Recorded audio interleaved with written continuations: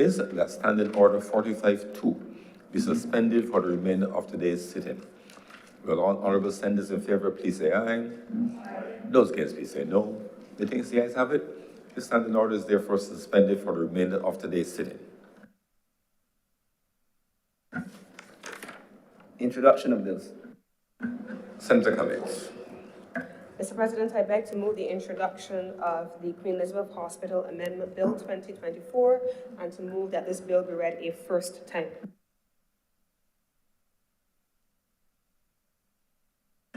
The question is that this bill be read a first time. Will all honorable senators in favor please say aye? Aye. Those against please say no. The things the ayes have it.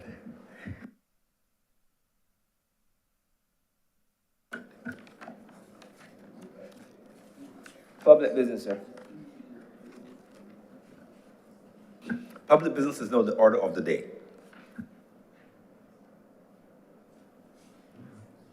Order number 5, sir. In the name of Senior Minister, Senator the Most Honorable Mr. Walker, Minister of Health and Wellness, to move the second reading of the Queen Elizabeth Hospital Amendment Bill 2024. Senator the Most Honorable Mr. Walcott. Good morning, Mr. President. Mr. President, as I rise this morning to lead off debate on this amendment of the QEH Hospital Act, I'm almost tempted to say such a simple amendment. In ideal conditions, one would deal with this in about 5 minutes, and we'll be on to the next item. But the times we're living right now are not conducive to that.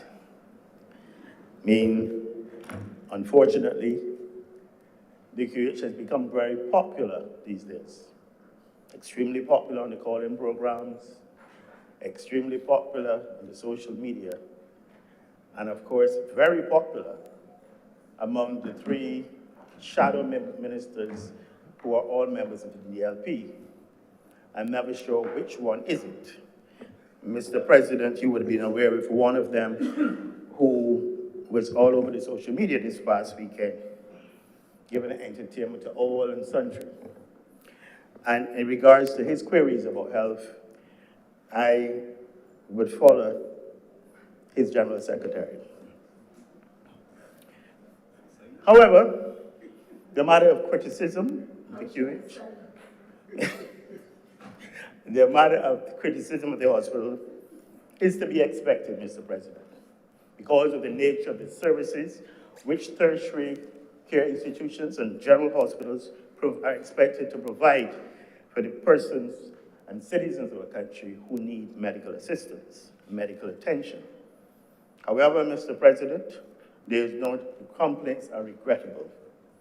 They are numerous and vary from waiting times at the accident and emergency department to the time it takes to see a doctor in the clinics.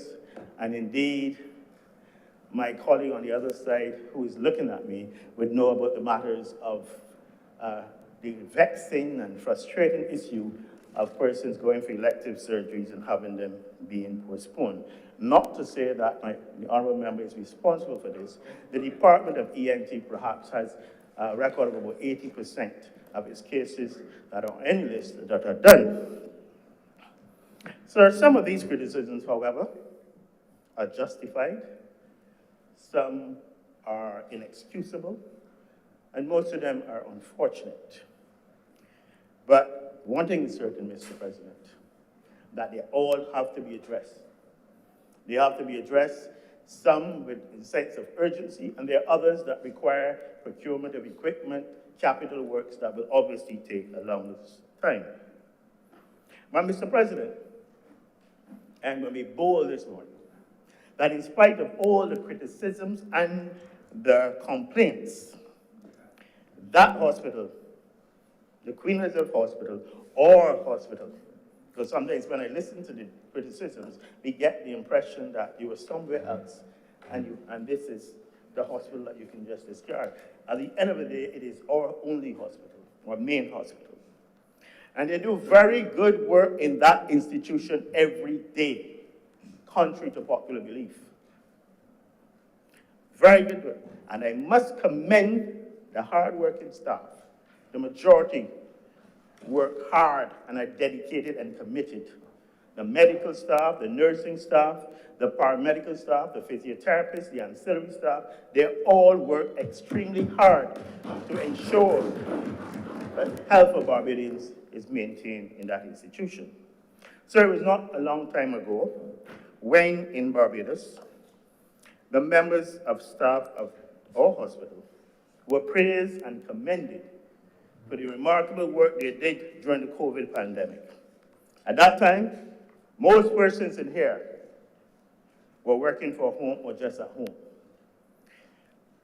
These individuals, regrettably, some of these same individuals who were working tirelessly to ensure that the pain and suffering and deaths that we saw portrayed on televisions every night across the globe would not be occurring here. Yet, several of those same persons who worked tirelessly now bear the brunt of criticism and are worse than worse. Sir, this is the same QH that served us then, and it served this country for almost 60 years. In November, it will be celebrating 60 years as our institution. It has shortcomings. There's no denying that. There are shortcomings. And all of these shortcomings have to be addressed. And it is the role of this government and the intention to address all of them. I can't predict the future.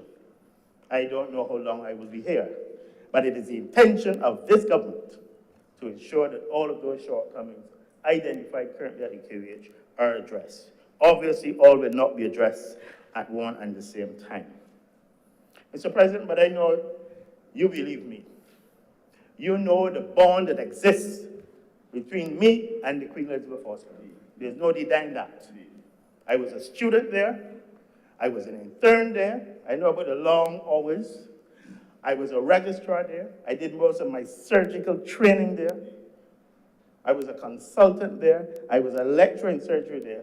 And incidentally, Mr. President, I have also been hospitalized there and had surgery there in the past. So you know the bond that is attached to me and linked to me in the QH. When I say I want to make the QH a better place to be, a place that Barbadians would talk about daily in a positive way, that is how I feel. Mr. President, the QH didn't get there where it is overnight. And it will not get out of it overnight. But I sincerely hope that by doing this simple amendment, it signals the beginning of a process to resuscitate the QEH. Mr. President, I need to give some historical context to the matter, the simple matter before us. The matter of public complaints and criticism of the Queen Elizabeth Hospital about treatment received there has dogged and bothered both DLP and BLP administrations almost 4 decades. Thank you. During that time, even further back,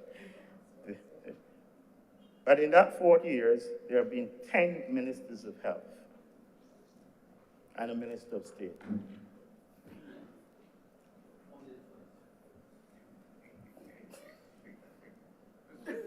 Mr. President, when I come to 10, I included myself twice. I'm a glutton for punishment.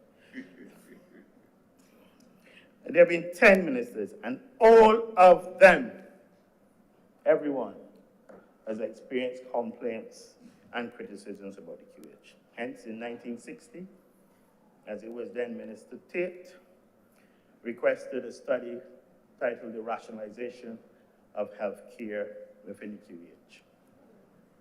1990 days. In 1998, in the face of continued complaints and concerns, our administration established the Haynes Commission of Inquiry into the QH to review deficiencies and to make specific recommendations to improve the governance operations of the institution. And this was the famous Haynes Commission, made up of several prominent Barbadians at that time. The final document, I believe, is a document of this honorable chamber, titled The Report of the Advisory Commission of Inquiry into the QH. And that report spoke about the need for a change in the governance structure at that institution and recommended the need for a board of management. I should add that historically, when you review the QH, there was a bill for the establishment of a board of management as far back as 1966, but it was never proclaimed.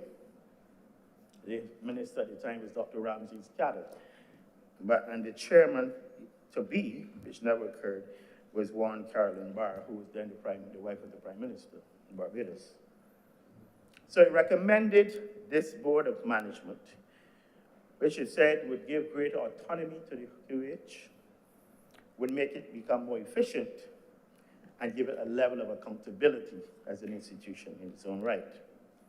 It went on to recommend that the composition of the board should encompass views and opinions of the broader community. I came up with this remarkable equation, where it would be a board comprised of 10 persons, only 3 of whom would be selected by the minister. The chairman, the deputy chair, and 1 other. That was the writ of the minister. The other members were drawn from representatives of these entities, the Barbados Registered Nurses Association at the time, now called the BNA, the Barbados Association of Medical Practitioners, CITUSAB, the Barbados Association of Retired Persons, the Barbados Christian Council, the Barbados Chamber of Commerce, and the University of the West Indies. That was the first time anywhere in the Caribbean where an entity like that had been established, where the full power resided outside of the office of the minister. I happened to be the minister, and a lot of persons thought that it was not the right thing to do. Suffice it to say, the government changed in 2008, and the immediate amendment done by the new government was to remove that and have a situation where the minister would choose to elect and empower all of the members of the QEH board. And that has remained until now.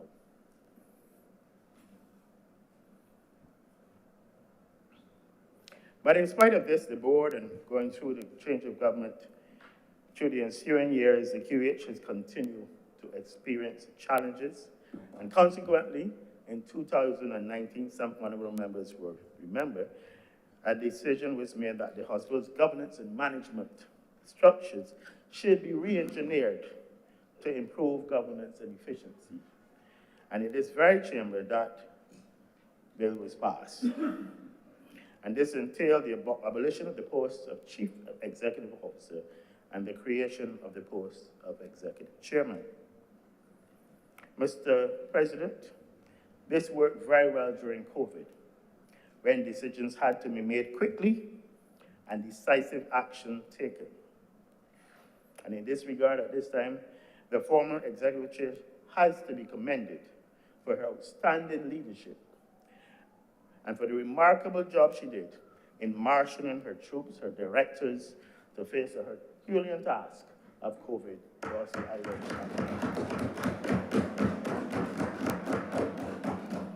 However, post-COVID, the process has not worked as efficiently as anticipated. A decision was made to revert to the original governance structure as we embark on a new strategy to tackle these problems, hence why we are here today. Mr. President, the ex-chair had indicated at the end of her contract in December 2022, she would not be renewing it, that she would be moving on to a new career path, and I think some members in this chamber are familiar with the new path that she's to embark on.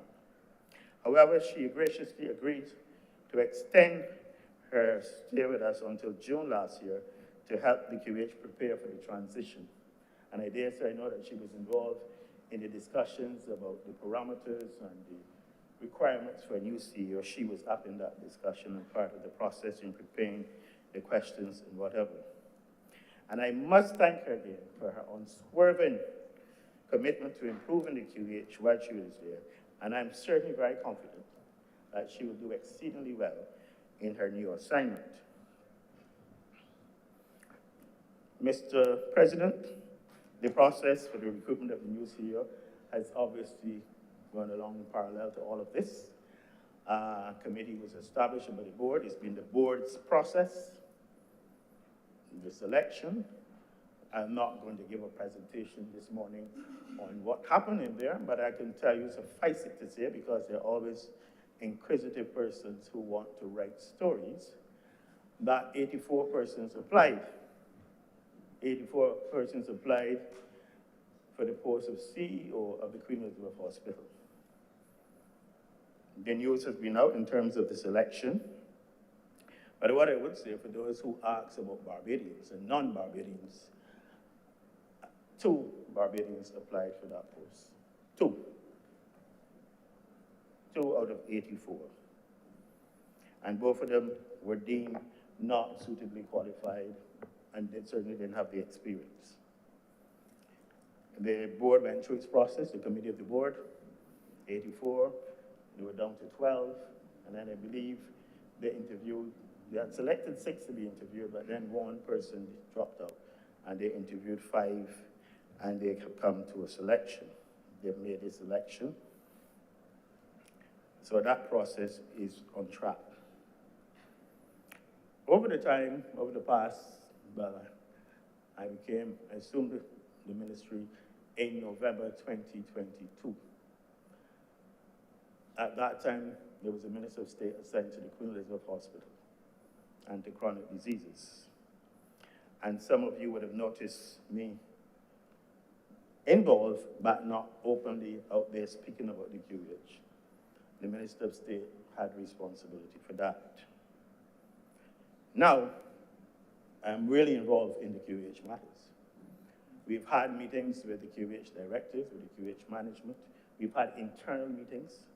We've had meetings with the Ministry of the Public Service. Of course, we've had meetings with the board on how we go about addressing these myriad issues that are affecting the QH and the delivery of health care for that institution. We've been as far as having a number of meetings with the Prime Minister of Barbados, because if the QEH is to really move the resources, both human, financial, and otherwise, we need the buy-in and the support of the Prime Minister. And we've been having several meetings, and we've made substantial progress as it relates to the needs of the QEH. So we mean business, and I'm sure that you've heard the Honourable Prime Minister speaking to some of the things that are planned for the QEH. But for the benefit of colleagues in this chamber, and especially for those on the other side, so that they can save some of their saliva and don't attempt to go down a litany of woes in this chamber this morning, not trying to pigeonhole anyone into there. Certainly not my colleague, Senator Rogers, not at all. I know that he tells it from the pulpit, he tells it from the heart, he tells it from the Bible. So I know I can't control him. But let us start with the plans where we're going with the Accident and Emergency Department. The main issues identified are the waiting times. Oftentimes, the waiting time has to do with space, because it's congested, there's nowhere to put people. They're waiting to see doctors who are coming, who they've been referred to, who are in the medical wards especially. First of all, the QH is going through finalizing the phase 3, the completion of the total expansion. The space is expected to be double what it is now. So out there 19 cubicle spaces, they're expected to be at least 38 when it is completed, to provide more space for patients. Clearly, we expect less congestion. There were issues about the patient flow in the QH, the triage system, then you go here, then you come here. These things are going to be looked at again. We're trying to look into implement a system, because oftentimes, in spite of the advice about using polyclinics, persons still go to the A&E department with what we call Category 5, matters that can be dealt with in polyclinics or elsewhere and don't need to be an accident and emergency. And we plan to reintroduce something that existed certainly back in my time, decades ago, which was called See and Treat, where adjacent to the triage, you would have a doctor there to see basic things that need to be seen and just dealt with and not clog up the department. We often hear of complaints about people waiting for hours to get a CT scan. And this is especially very important because in the QH we had what we call a stroke unit. And we have made these very wonderful plans about implementing early management of strokes early on, diagnosis, CT scan, determine what type of bleed it is in the brain, and if there were candidates for what we call fibrinolytics to dissolve the clots, to put it simply. Oftentimes, persons came to A&E within that 4-hour window. You expect to have treatment within 4 hours, the first 4 hours of that stroke. But you need a CAT scan first to ascertain that you don't make a bad situation worse. And oftentimes the delay at A&E has been, regrettably, trying to get persons to the X-ray unit in another part of the hospital, trying to get orderlies, nurses, trolleys to get them there. The plan in the expanded A&E department is now to install a CT scan there, a new CT scan, so that persons who need to have an urgent CT scan, they don't have to be taken up the corridor. They will have that in A&E to expedite the processes and try again to improve the patient outcome if they're having a stroke. The matter of a chest pain clinic. I know the honorable member on the other side has heard a lot about this chest pain clinic. It was supposed to be implemented for a number of years. Government has agreed to the positions required. The additional consultants, the additional nurses, the additional ECG people and the cardiac people to assist. The paramedics in the ambulances were trained.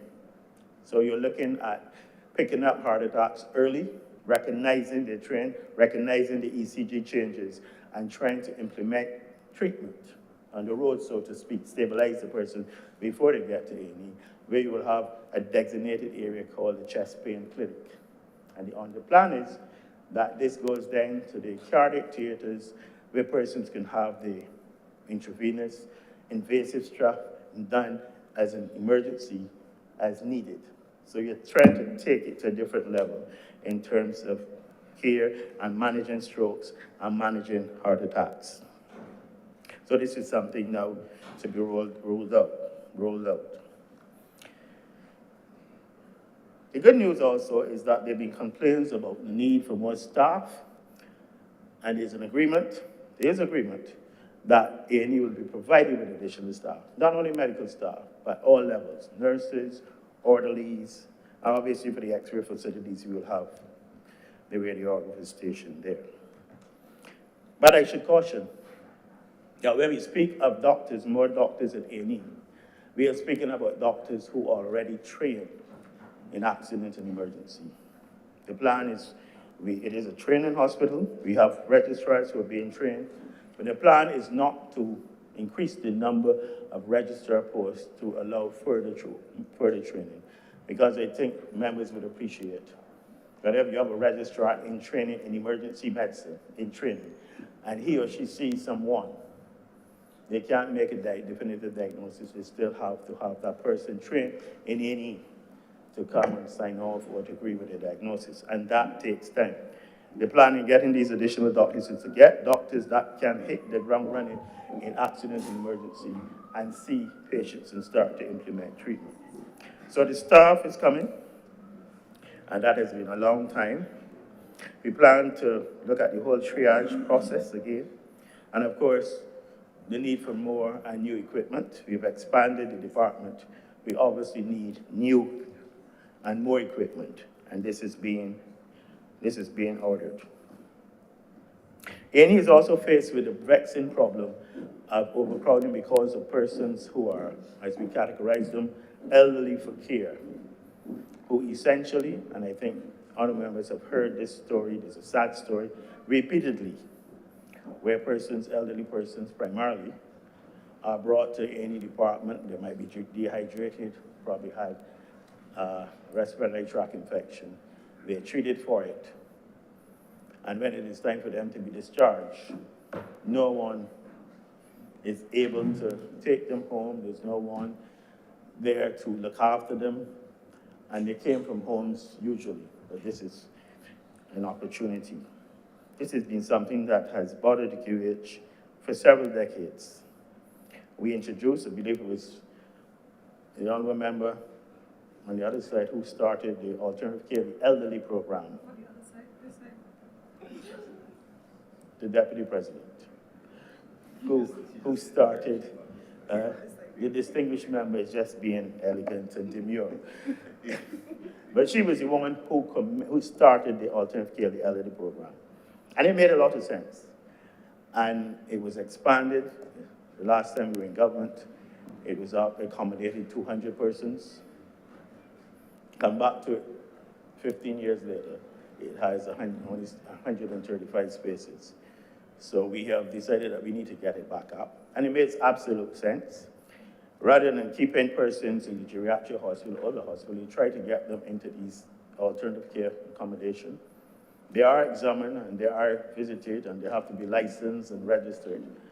And government pays for the accommodation of two categories of old persons in this: the ill ones who need nursing care, medicines, whatever, and those who are mobile, ambulant, and look after themselves. And we have found that it is much cheaper to keep them in those facilities than to keep them in the QH, where the average cost per patient is just over $1,000 per person per day, while you can have these persons in the alternative care program for less than roughly $100 a day. So it makes perfect sense. So we're trying, as I said, to increase the numbers again, 200, but it keeps increasing. You discharge persons, you get them into alternative care, you get them into the geriatric system today, and by weekend, you have an additional 20, 15 to be dealt with. It is a problem that we have engaged the Ministry of People's Employment. It is a societal problem. It is a behavioral problem. It is something that Barbadians as a people who are accustomed to looking after their elderly folk have suddenly lost interest in that, to put it in a simple form. So that is still a matter that we have to wrap our heads around. As related to the hospital, naturally, other departments in the hospital and their function can affect the accident and emergency department.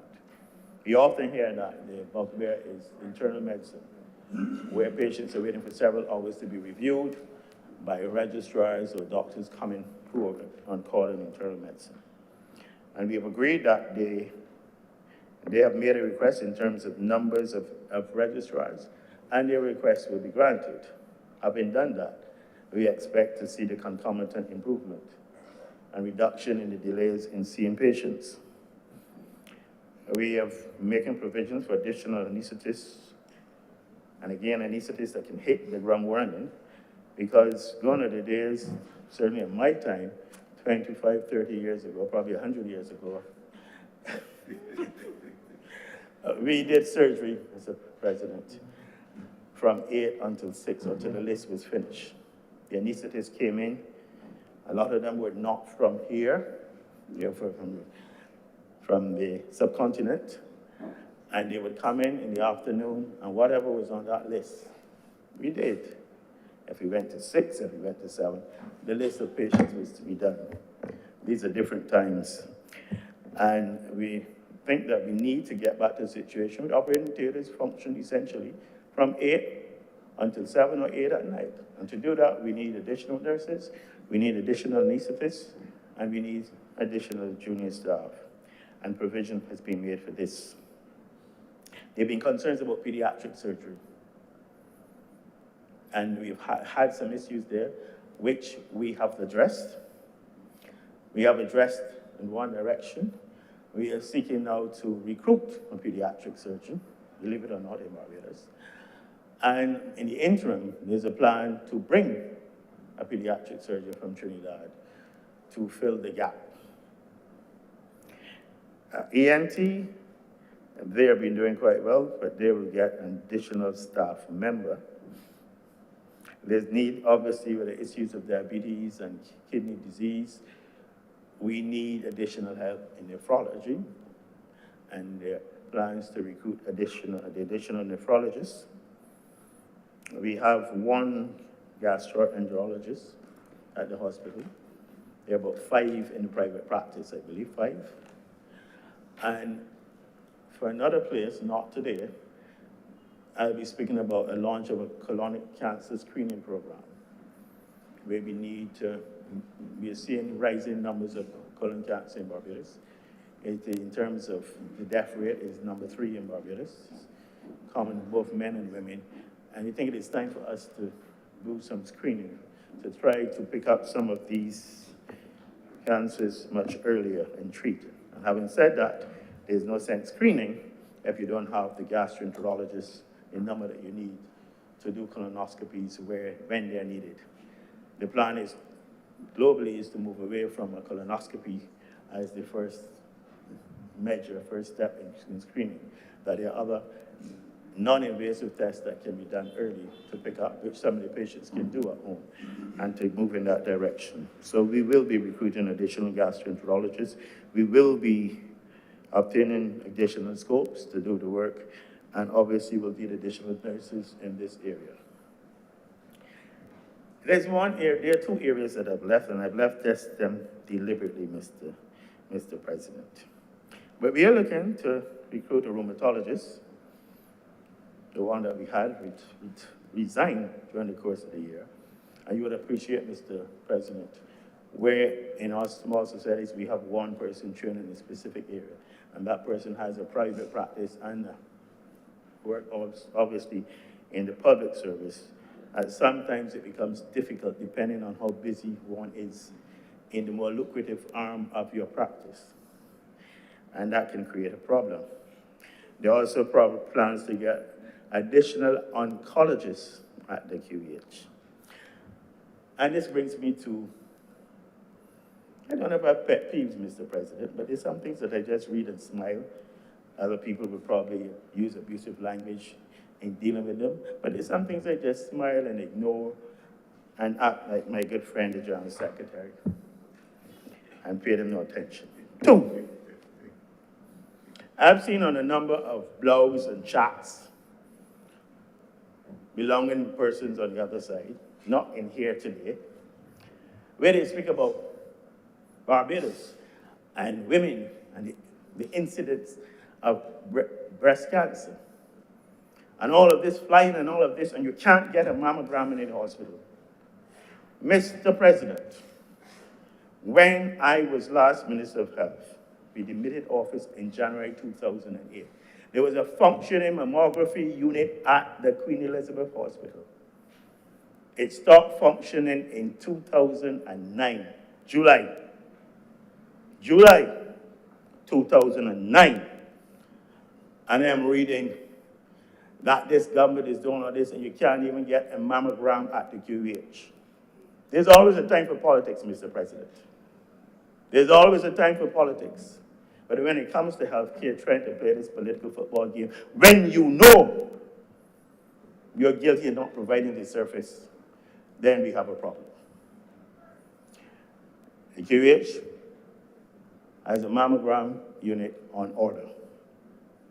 The space for the mammogram is still there. It hasn't been used since 2009. I don't know who was the minister then. I don't think it is my good colleague, on the other side. I don't think it is any relative of his who was involved or who was the Minister of Health then. He knows that. I believe his relative came in 2013. Yes, side.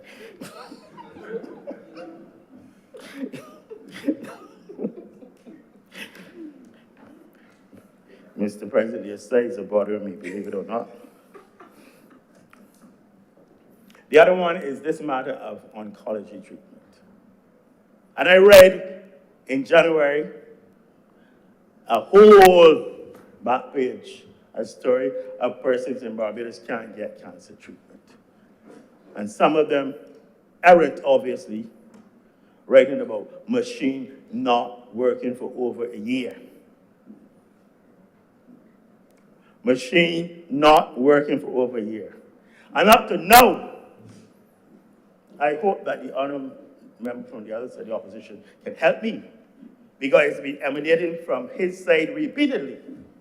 What is the name of this piece of equipment that has not been working for over a year in cancer, for cancer treatment? What is it? Because it is not the brachytherapy machine. It is not the one that a previous administration encouraged our national hero to purchase, the Cobalt machine. So I don't know what it is. It is not the gamma camera. Not one of those pieces of equipment has been non-functional since the cyber attack. The Cobalt machine and the gamma camera went down for 2 weeks, December, January 2022. Yet, I can read and hear extracts on the newspaper from persons from that side talking about cancer equipment not working for a year. Where is this cancer equipment, and what is the name of the piece of equipment? It can't be a linear accelerator. It can't be. Where the story said that you can't get this treatment, because the QH will be 60 years in November, and it has never had a linear accelerator. Never. And the honorable member knows that. Indeed, in 2007, I did a paper doing estimates. I took a paper to cabinet too before the estimates. And the Prime Minister at the time told me it was a very big desire, but at that point in time, not affordable. They were saying about 10 or 12 million back then. That was 2007.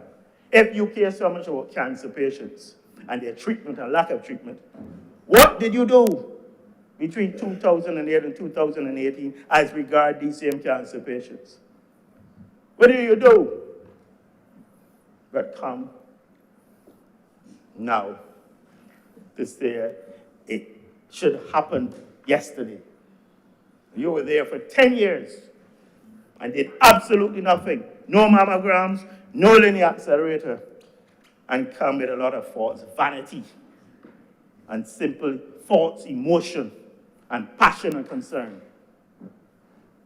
But, as I said, we're going to procure a mammogram machine this year, and the government is making substantial progress towards obtaining a linear accelerator.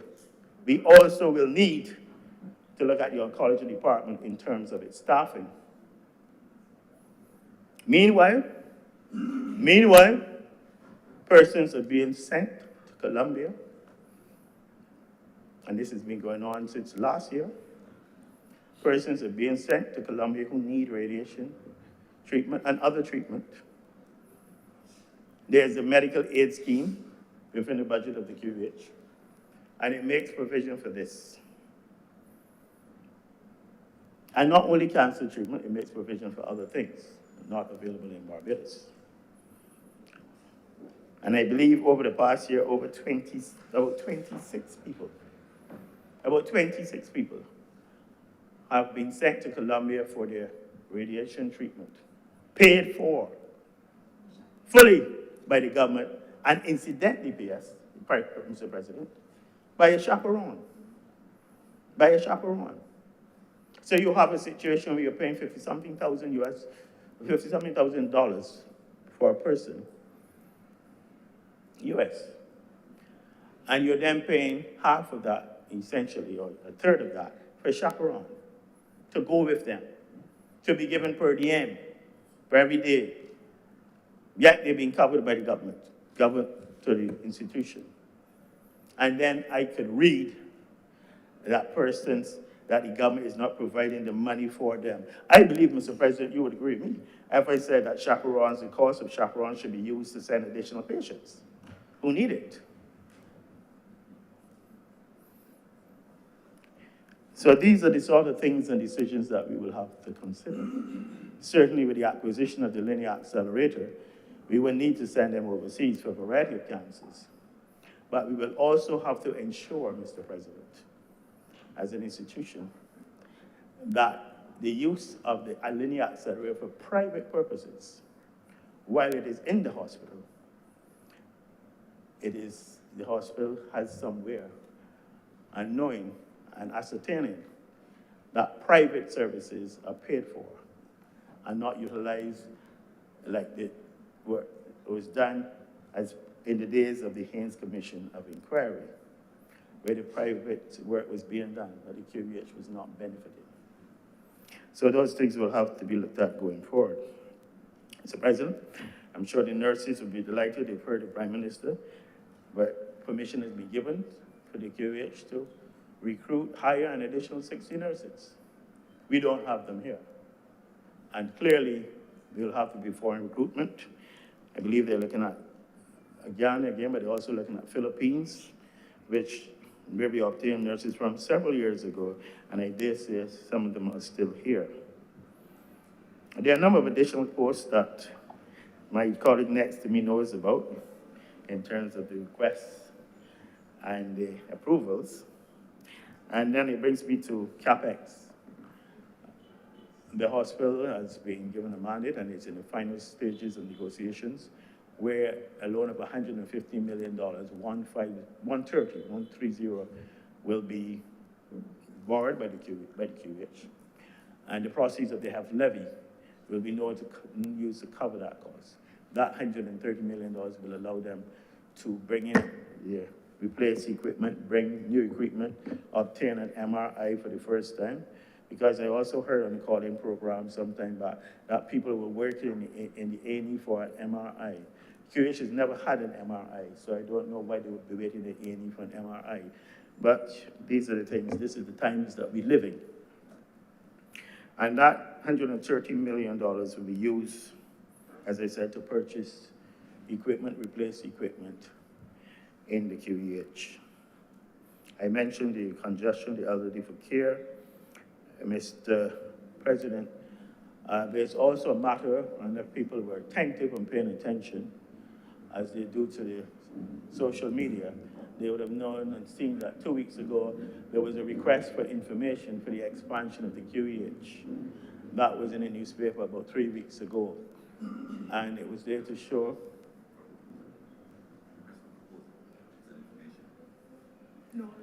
I said a request for information, Mr. President. I'm being very specific. It was there for persons who are interested in providing services for the expansion of the hospital. I'm hearing the honorable member say that he sent in information. He sent in a request. He sent in information. Yes.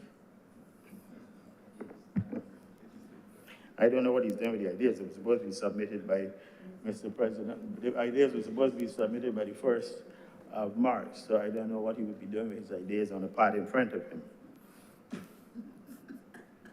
Suffice it to say that is a project. It speaks to expansion. It speaks to a new lab. It speaks to an oncology center.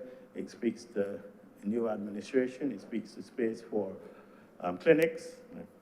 And it speaks to a rehabilitation center. And it speaks to a bridge across the road linking to that. So this is what that was about. And Mr. President, I'm not going to stretch it, but I can't speak about A&E and congestion without speaking about primary health care. The two are linked. And while we are doing this, and I know governments are often accused of focusing too much of their resources and focusing too much on the Queen Elizabeth Hospital, I think we recognize again, like was the process in the past, that primary health care is vitally important. And perhaps over time we have drifted away to tertiary health care and neglected primary health care. We have 9 polyclinics in Barbados. We recognize that the trend with the NCDs, we need to focus on prevention through education, health promotion. We need to focus on early detection and screening. Having done that, we are able to start treatment earlier. and have much better outcomes in terms of the patient's health. And obviously, in the process, reduce the load on the QEH. We need to treat patients earlier in their communities. So the government is now embarking on a project, and we have approached a certain country in terms of looking at funding to assist us, where we refurbish 7 polyclinics. The proposal obviously is to relocate Randall Phillips Polyclinic, which was always dangerous in terms of its location, as when we speak about climate resilience and all of those issues, being right next to the water. So the plan is to build a new clinic, Randall Phillips, at a different area, and also to look at the Eunice Gibson Polyclinic, which is located right in a busy area, difficult access for elderly people, fumes from the area, always traffic congested, and prone to some flooding. So the plan is to build 2 clinics and to refurbish, expand, when necessary, the other 7 clinics, so that we bring all of them up to a certain standard where we can have expanded facilities, recognizing that we want to focus on the NCDs, screening for cancers, and also, of course, mental health. And doing this will take tremendous strain off of the facilities and of the QEH.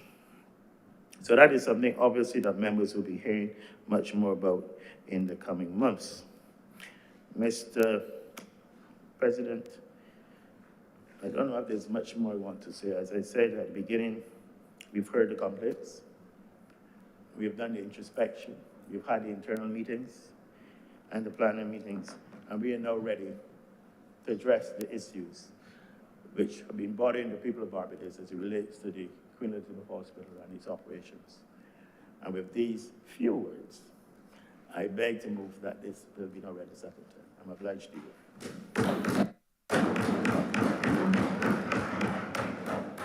Thank you, Senator Walcott.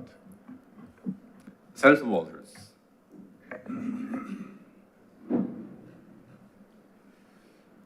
Mr. President, fellow senators, when I think about the Queen Elizabeth Hospital, it evokes mixed emotions. On the one hand, it represents a vital healthcare for our citizens. On the other, it carries the weight of unaddressed issues and challenges that have been echoed by our citizens. I believe that we will all agree that the QEH is central to our healthcare system, and as such, unnecessary tinkering with its administration is not desirable. Mr. President, the stories of neglect and despair that filter through social media and mainstream media, they are real, and there are urgent pleas from taxpayers, especially those in need for assistance. But while we acknowledge that the bill before us addresses the management dynamics of the hospital, it has to be said that there is a fervent hope for a genuine transformative change at the hospital. We cannot and we must not allow our main public care facility to continue into descent into disarray. The average working class person in Barbados, sir, does not have the wherewithal to get up and go to another country or destination to seek health care. They do not, sir, have the liberty to make a phone call or two in advance of their arrival at the accident and emergency department. They do not enjoy the benefit of having their services prioritized because of their stature, sir.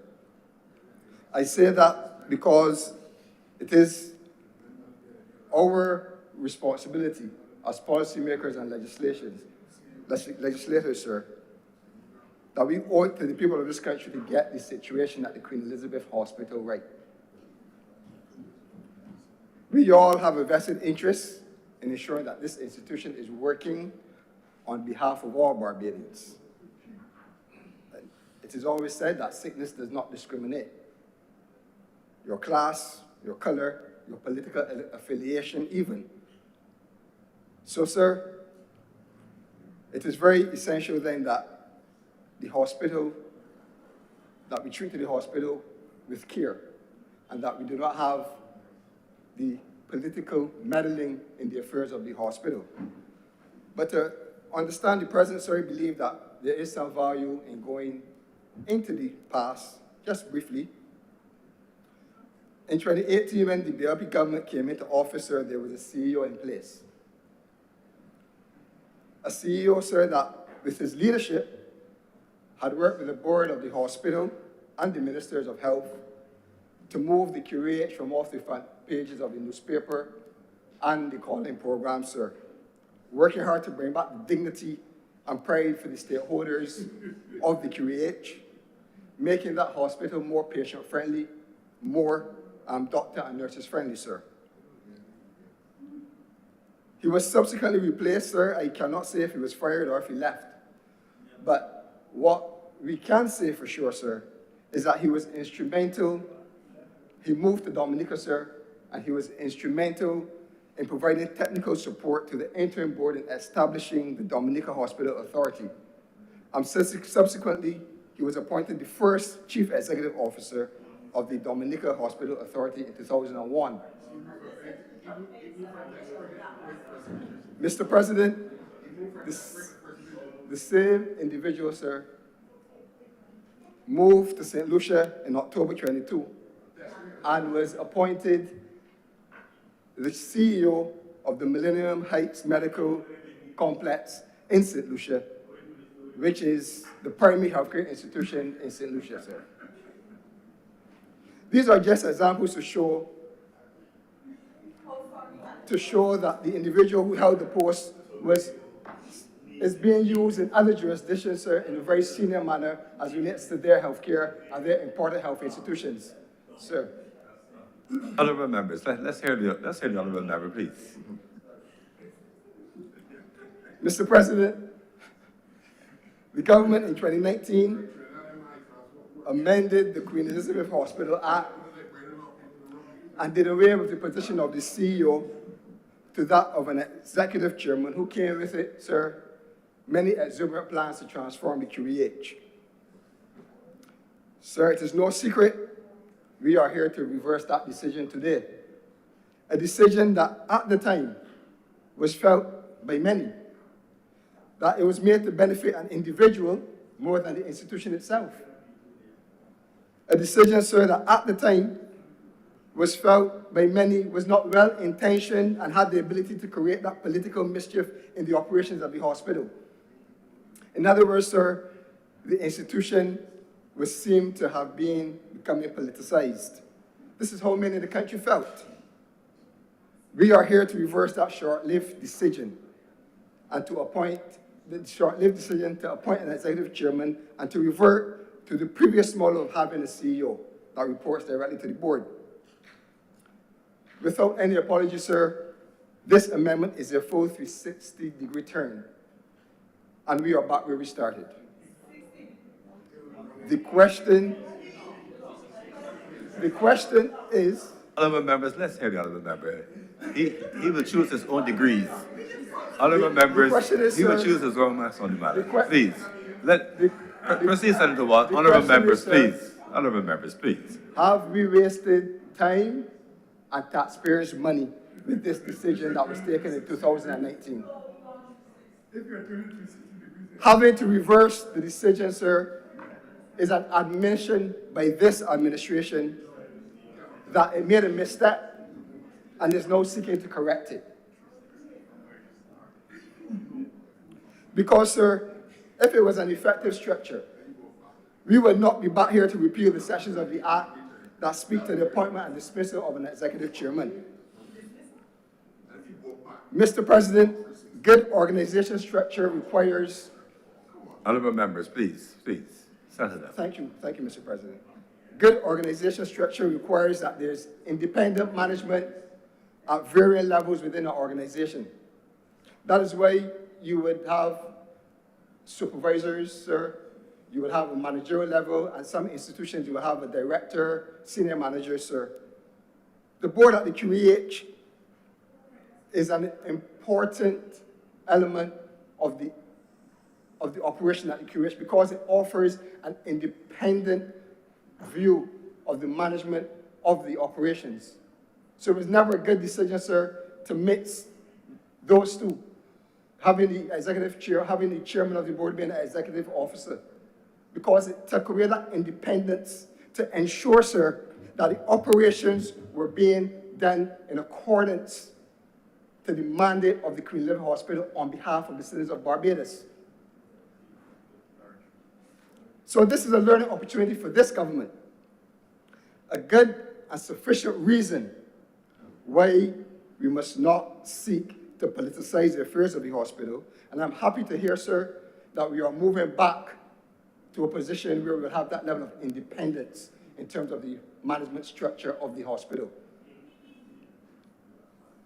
So unnecessary tinkering, sir, is not what we need at the hospital.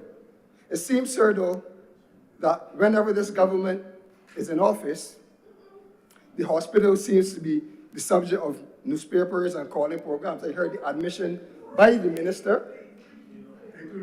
I heard the admission by the minister, sir. But the practice, to move to an executive chairman was supported and proposed as a modern management decision then. But we are here now again, sir, a few years after, to revert to an old management system that should not have been changed in the first place.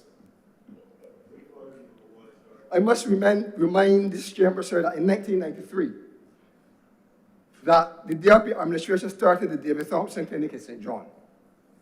We lost the government and the DRP gained office in 1994, and nothing at all was done on that site between 1994 and 2008. The people of St. John had to wait until 2008 for us to resume work on that facility. It is not, that is a good example, sir, of politicizing the healthcare system. We need not to put politics before the interests of lives in this country. On a point of order, Mr. President, There's a point of order. Senator Waters, please. Yes, Senator Thompson. implicit in the statement of the honorable senator is two things. One,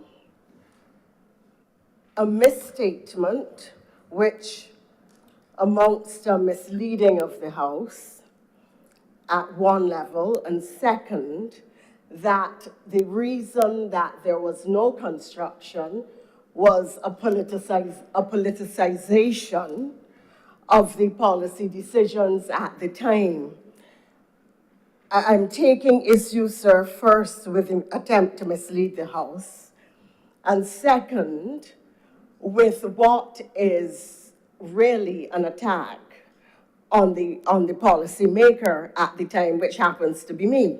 And I therefore know for a fact that there was no politicization of the issue in relation to the St. John Polyclinic, that the construction there failed or was stopped on technical grounds, and that a number of consecutive difficulties, not policy malice, not politicization,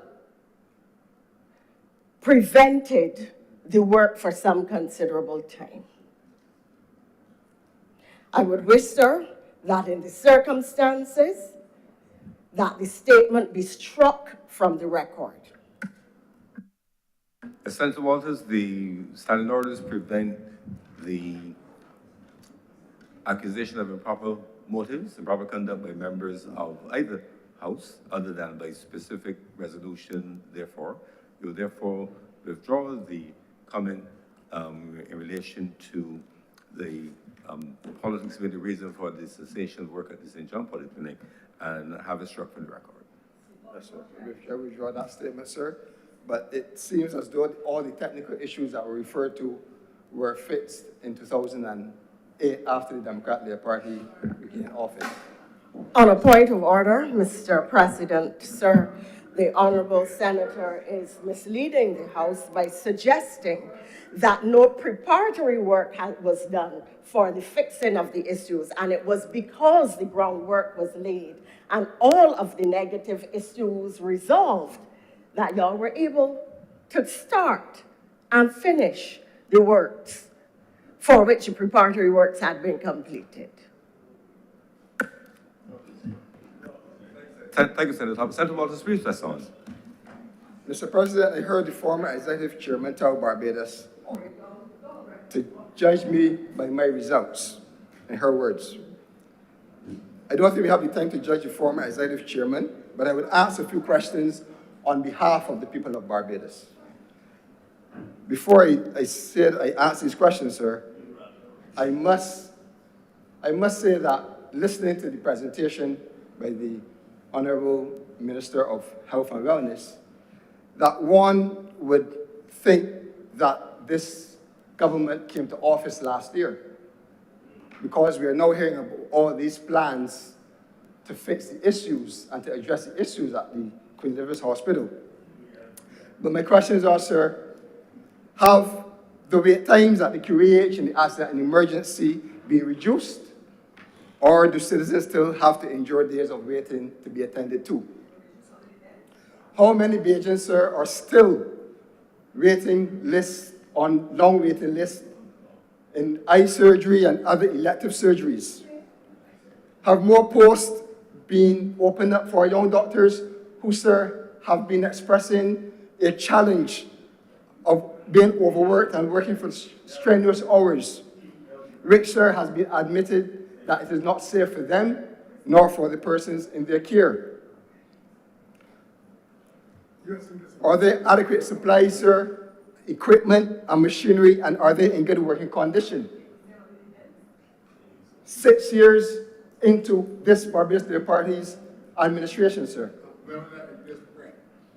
have they sufficiently dealt with the cybersecurity breaches at the institution? Sir, these are questions that, if answered, the Barbadians can judge the performance of this government as relates to the management of the executive chairman and the management of this government as relates to the function of the Queen Elizabeth Hospital. Mr. President, to add insult to injury,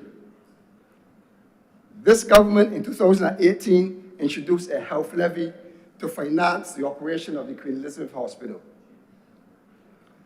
The government is the only government that I know that had collected money directly linked to health care.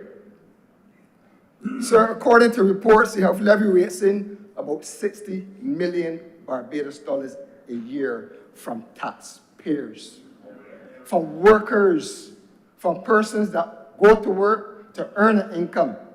$60 million a year. I believe that it is a substantial sacrifice that workers have made.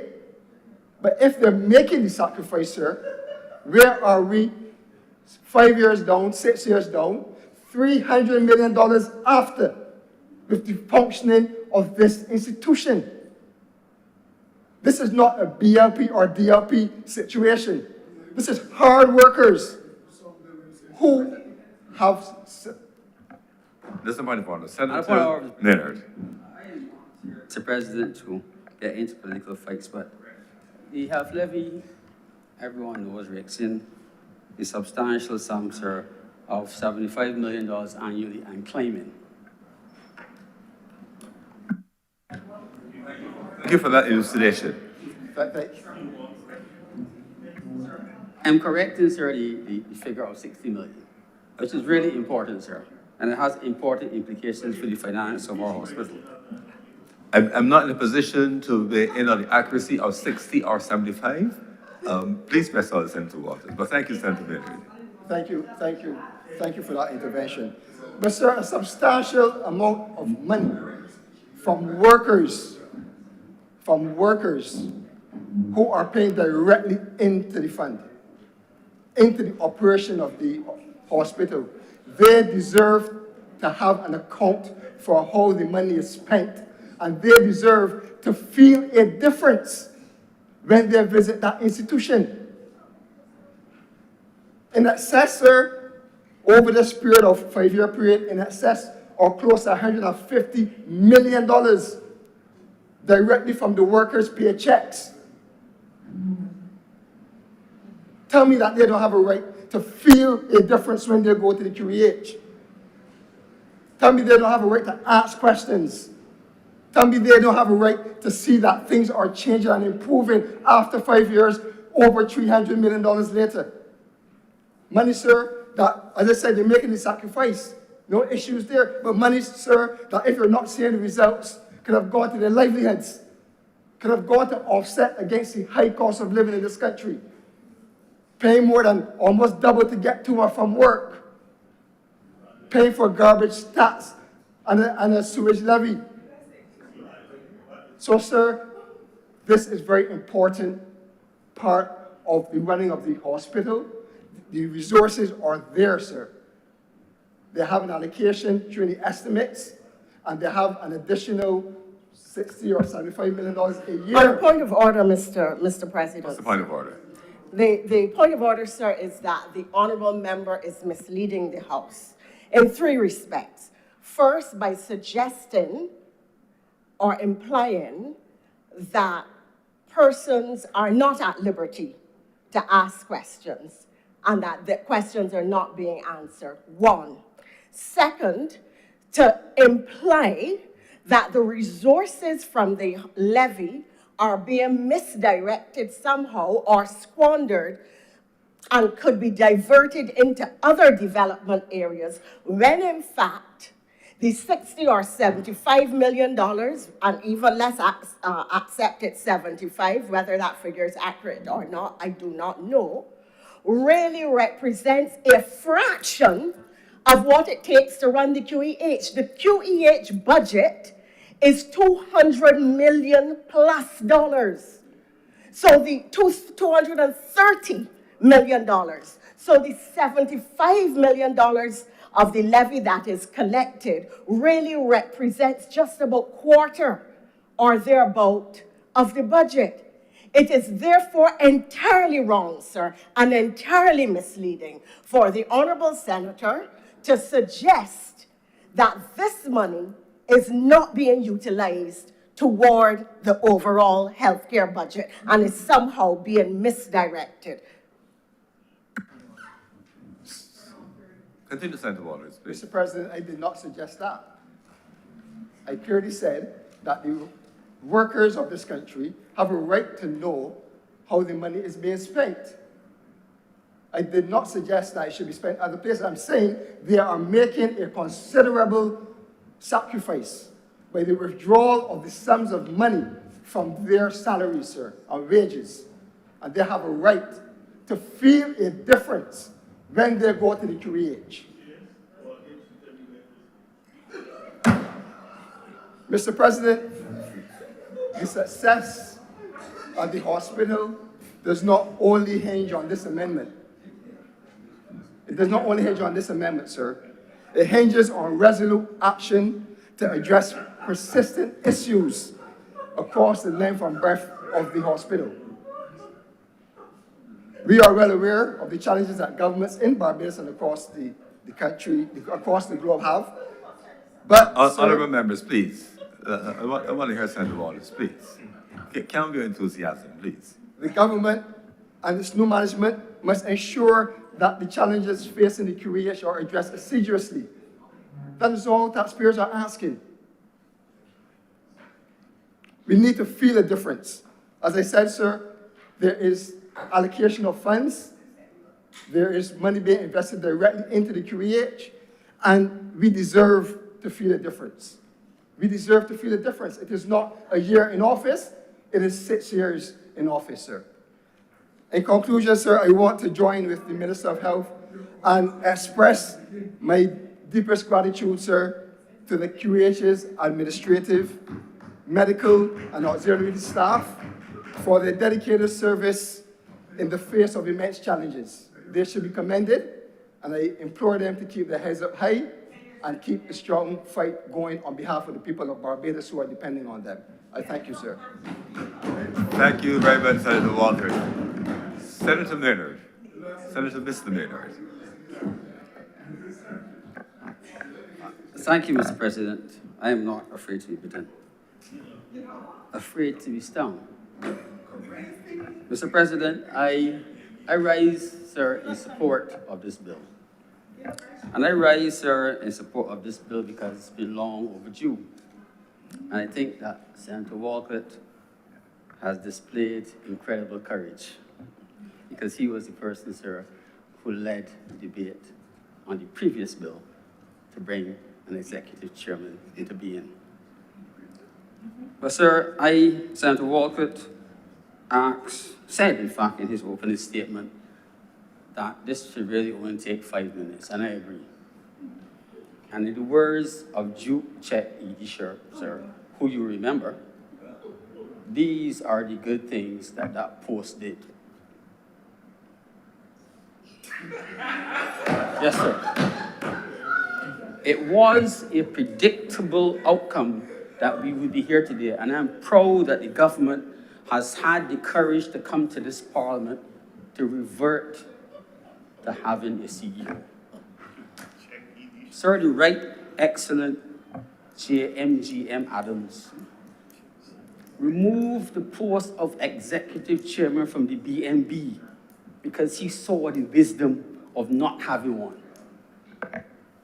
That's all I would say. It is not my job to bash the government, but I'm proud that the government realizes it's made a mistake and is fixing it. Now, Mr. President, the QH continues to be everybody's political football. And the only people who suffer every time you kick it are the people who use it. The world has changed since COVID, Mr. President. People no longer care. I've heard it said in this parliament, people no longer care. Compassion is almost a thing of the past in some circles. So what we see meted out to the people who seek medical care in some quarters is only a reflection of what's happening in society. But we have to fix it, because all the people who appear for care are our relatives. There are very few people on this rock, sir, who are not family. I will not go into details as to why that is so, but we are all family. Now, sir, I know that I'm repeating the same thing over and over, but the problems of flow in the hospital will only reflected, sir, in the flow in the A&E. You cannot have the obstacles within the hospital that prevent flow and expect the A&E to flow. Making it bigger will not solve the problem. When the annex is refurbished, only having just been delivered, and the old A&E has completed, the refurbishment there has been completed, and we then have, I guess, 30-something beds, it will only be a big space that people can wait in for a long time in comfort. You have to fix the problems of flow. And there are internal policies in the hospital about admissions and about referrals that need to be addressed. The notion that every patient who reports to the accident and emergency has to be assessed fully in the A&E in every detail before they are assigned a bed in the hospital is but nonsense, sir. The little department that I work through takes direct referrals. A GP can call and say, I have a problem. In fact, on the weekend, sir, I was not on call, and the patient called me and told me they had a problem who is supposed to be on my operating list for next week, and I had the patient seen from home. It is not impossible.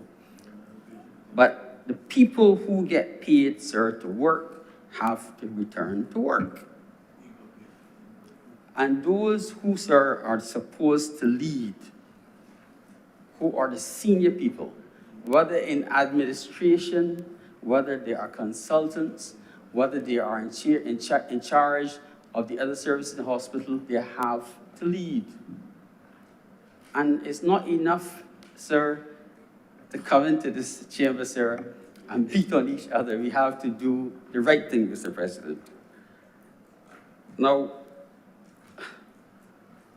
it saddens me a bit, Mr. President, and I do not support the notion that one should ever change legislation to facilitate individuals. But on this occasion, sir, I have to say that I support this legislation. And I support it because to have brought the position of executive chairman created a series of problems. And for me, the biggest problem was, sir, a person who sat as executive chairman, sat essentially as CEO during the day, and in the evening went into the boardroom and could implement whatever bad thoughts they had during the day. I'm not at all saying that there were bad thoughts, but that possibility exists, sir. There should be clear separation, sir, to indicate that the CEO takes instructions from the board. And I'm pleased that the institution will be returning to that. Mr. President, our nurses, and when I say our nurses, I mean all of our nurses. I do not mean Barbadian nurses in particular, I mean all of our nurses. Barbadian nurses, St. Lucia nurses, Ghanaian nurses who've given tremendous service, Filipino nurses, sir, some of whom have become Barbadian citizens to be here so long. All of our nurses need to be recognized and praised for the efforts they make. But sir, I had reason to look at the salary scales for nurses and teachers. And I'm not complaining about the pay of teachers. I am not complaining about the pay of teachers. A nurse in Barbados gets a degree. Teachers also have degrees. But sir, a nurse starts at Z23 in the Z scale. A teacher starts at Z16. You have to give the numbers because the Zs will be there. Okay. There's a scale of pay that we all have had, and we see it in our, who has it, doctor? Isn't it? But the higher the number you are in the Z scale, the less your pay, essentially. And as I move up from the bottom to 1, you've reached the top of the scale. A nurse, when she's reached the height of her pay scale, is at least 6 scales lower than a teacher at the top. And I ask, if they both have degrees when they enter, why do we have the discrepancy? We need to fix it. Because if every year we have to stand and say, we have to get more nurses, nurses are leaving, and people have every right to seek greener pastures and look for better things for themselves and further professional development and some return. We have to look at parity and say whether nurses, in fact, should have a better start, sir, on this scale and end at a higher point. And the work that a nurse does, sir, I believe is no less than many other civil servants, including teachers, sir. And I picked teachers because it gave a good comparison. But sir, doctors, young doctors, who get criticized for sometimes not performing as some people would expect, are also frustrated. And they're frustrated, sir, by administrative policies, We know that there are more doctors being graduated every year than there are posts to fill for all them to go into when they finish internships. And it means that some doctors have to go into the community as independent practitioners. Now, sir, what it means is that when you are employed in the QEH as a doctor and you do not have a post, you are employed, sir, on short-term contracts, usually 3 months. But you may work, if you are lucky, for more than a year on recurrent 3-year contracts. If you're one of those unfortunate people, it means that you are not paid contract maturity, sir, nor are you given vacation pay, even though legally you are supposed to have it. To avoid that, sir, there has been a trend of giving people contracts for 9 months and then stopping. It is wrong. You cannot get loyalty, sir, if you treat people less than human. So we have to fix some of the little problems that we are creating. And I say we because as a senior doctor, I'm supposed to be not only a patient advocate, but an advocate for my colleagues, because they'll be looking after me when I leave medicine, sir. So they also look after Senator Walcott. Hopefully they'll do it well.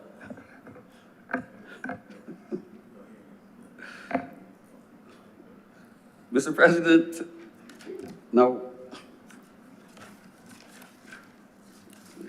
I'm not going to delay this chamber very much, sir. Senator Walcott spoke about planned improvement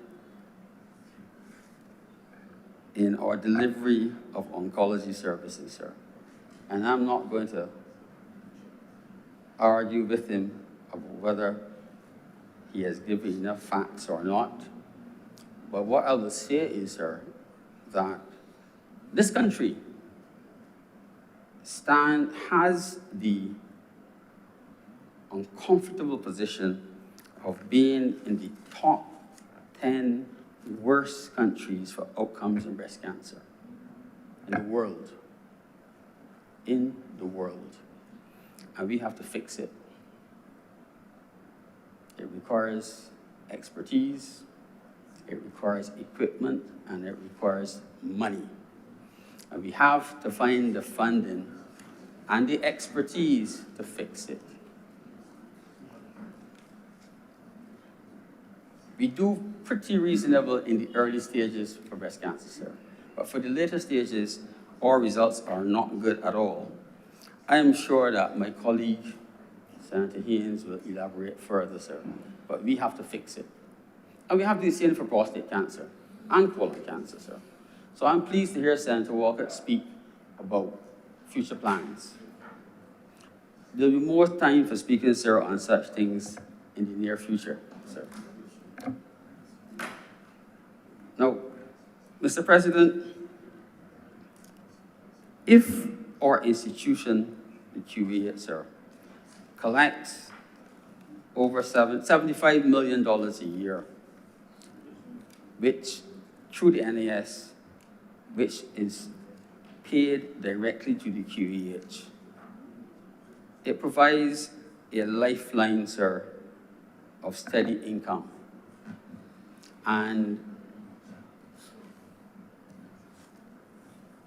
anyone, sir, can check and see that, because there's no secret, I am pretty high on the pay scale in government, sir. And 3% of my equivalent pay is paid to the NAS every month. And it means, therefore, sir, that I would be able to purchase a reasonable insurance policy with the money that is deducted from my salary every year. And if we looked at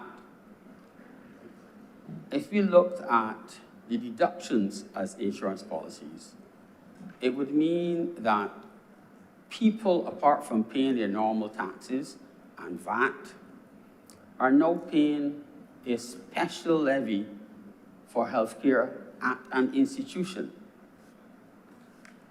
And I think, therefore, we are obligated, sir, to deliver it. Those of us who work in the system, sir, and those who are responsible for the administration of the system have to step up to the plate. Now, sir, I want to spend my last few minutes, sir, speaking about the A&E, the Accident and Emergency Department. And I wish I didn't have to do it again. A short time ago, sir, the hospital took possession. It was during COVID.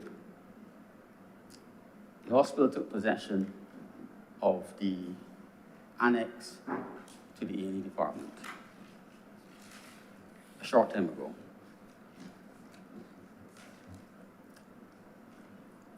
Government at the time had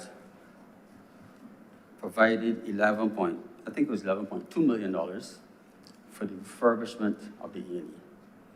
It was deemed that that was not enough to refurbish the old A&E and complete the annex. Excuse me. The government approved and provided another $5+ million for the project. Remarkably, the government is spending money to refurbish a building that is only 3 years old. And I have to ask, why would someone be refurbishing a house if it was only 3 years old? Why, if a building is built to specification with all the money that was spent on it, why would you have to refurbish it in 3 years? Could it possibly have fallen apart that fast? I could not go and see why, because according to the administration, I've been given a notice saying that members of staff are forbidden from visiting the premises, so I couldn't go. But Mr. President. Mr. President, on a point of order, I believe that the member is misleading the House. From what I am made to understand, what is happening right now is the completion of Phase 3 of the Accident and Emergency Expansion, and not a refurbishment of existing works. Senator Maynard. 1 second, Mr. President.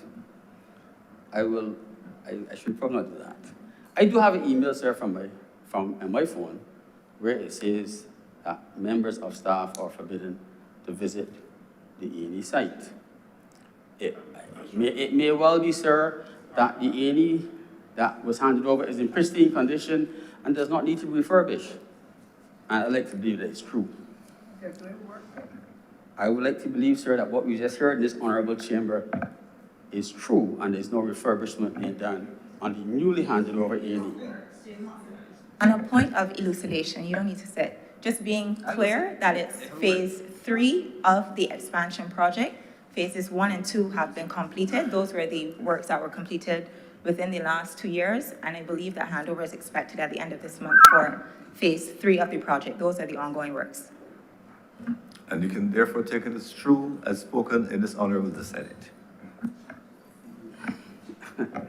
Mr. President, government built with the taxpayers' money an annex to the A&E. 2 buildings side by side. If I told you, sir, you have to go down a ramp to get to the new one, you might find that impossible to believe. That if you are in the annex and you go into the old A&E, you have to go up a ramp. And if you are in the old A&E and you're going to the new one, you have to go down a ramp. And I asked, was that by design or was it a mistake? I can't imagine, sir, if you're expanding your house, that you will ramp down to the new part. I would like to believe that with all the considerations for safety in a hospital, you would have built it at the same level. But I am not allowed to see it, so I cannot comment. The public will make their own comments, sir. That's not the government's fault, sir. The government pays people to do these jobs.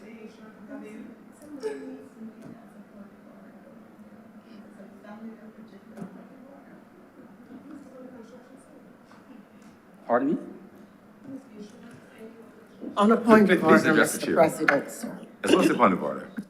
The point of order is that the honourable member imposing his comment during the course of his speech today in the way that he did by saying that staff members have been prohibited from entering this site. While it is true, it may be for their own safety.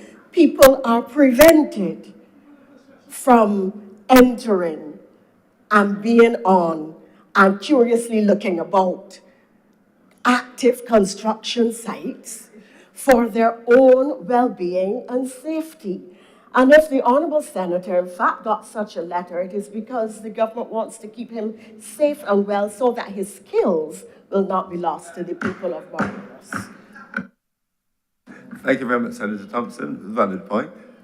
Press on, Senator Maynard, please. Mr. President, it was long past that point. Mr. President, the active use of the A&E as it is, the building is not going to change. When the refurbishments continue, the building and the levels in the building will not change. They will be the same as they are today, as they were yesterday, and they will be tomorrow. Hopefully, sir, you will never have to experience it. Now, Mr. President, we've got the unfortunate situation, sir, where people have been waiting comfortably in some circumstances, and sometimes not so comfortably in other circumstances, in our A&E, and are not surviving. And we have to really ask ourselves whether there are problems that exist that can be fixed easily. And we need to address it, Mr. President. We need to address it, Mr. President, because it cannot be good for a hospital to be finding persons within a department who have ceased to breathe, especially if it's an A&E. So the persons who manage the hospital, the persons who manage the A&E, the persons who are paid by the government to do the jobs have to do them, Mr. President. They have to do it, Mr. President. The Prime Minister can't do it, Mr. President. Senator Thompson can't do it. The people who get paid, every month. And during COVID, when people had problems who got paid every month without delay, have to do their jobs. And they have to be held accountable. So hopefully, Mr. President, when this amendment is debated and passed, whosoever, sir, sits in the chair at the top and gets paid to do the job shall do it. And I hope, sir, that the decision to do the amendment and employ someone will bear fruit. I thank you, sir. Thank you very much, Senator. Mr. Maynard. Her Honor, Senator Thompson. Thank you very much, Mr. President. I start by apologizing for my hoarseness and the fact that I may, from time to time, have to use a tissue. I just want to assure the honorable members of the Senate that I'm not contagious. I am just extremely allergic to Sahara dust and have had very, very severe reactions to it, and to the point actually of being on a very serious, that is why, sir, I spoke just now about the honorable senator's skills having to be preserved, because clearly I need to put myself in his hands and say, save me, because I have been on a regimen of meds for weeks that includes steroids, antihistamines, antibiotics, and you can still see that I am really not well. Sir, I had not, to be honest, intended to speak in this debate at all. I had not intended to speak to this issue.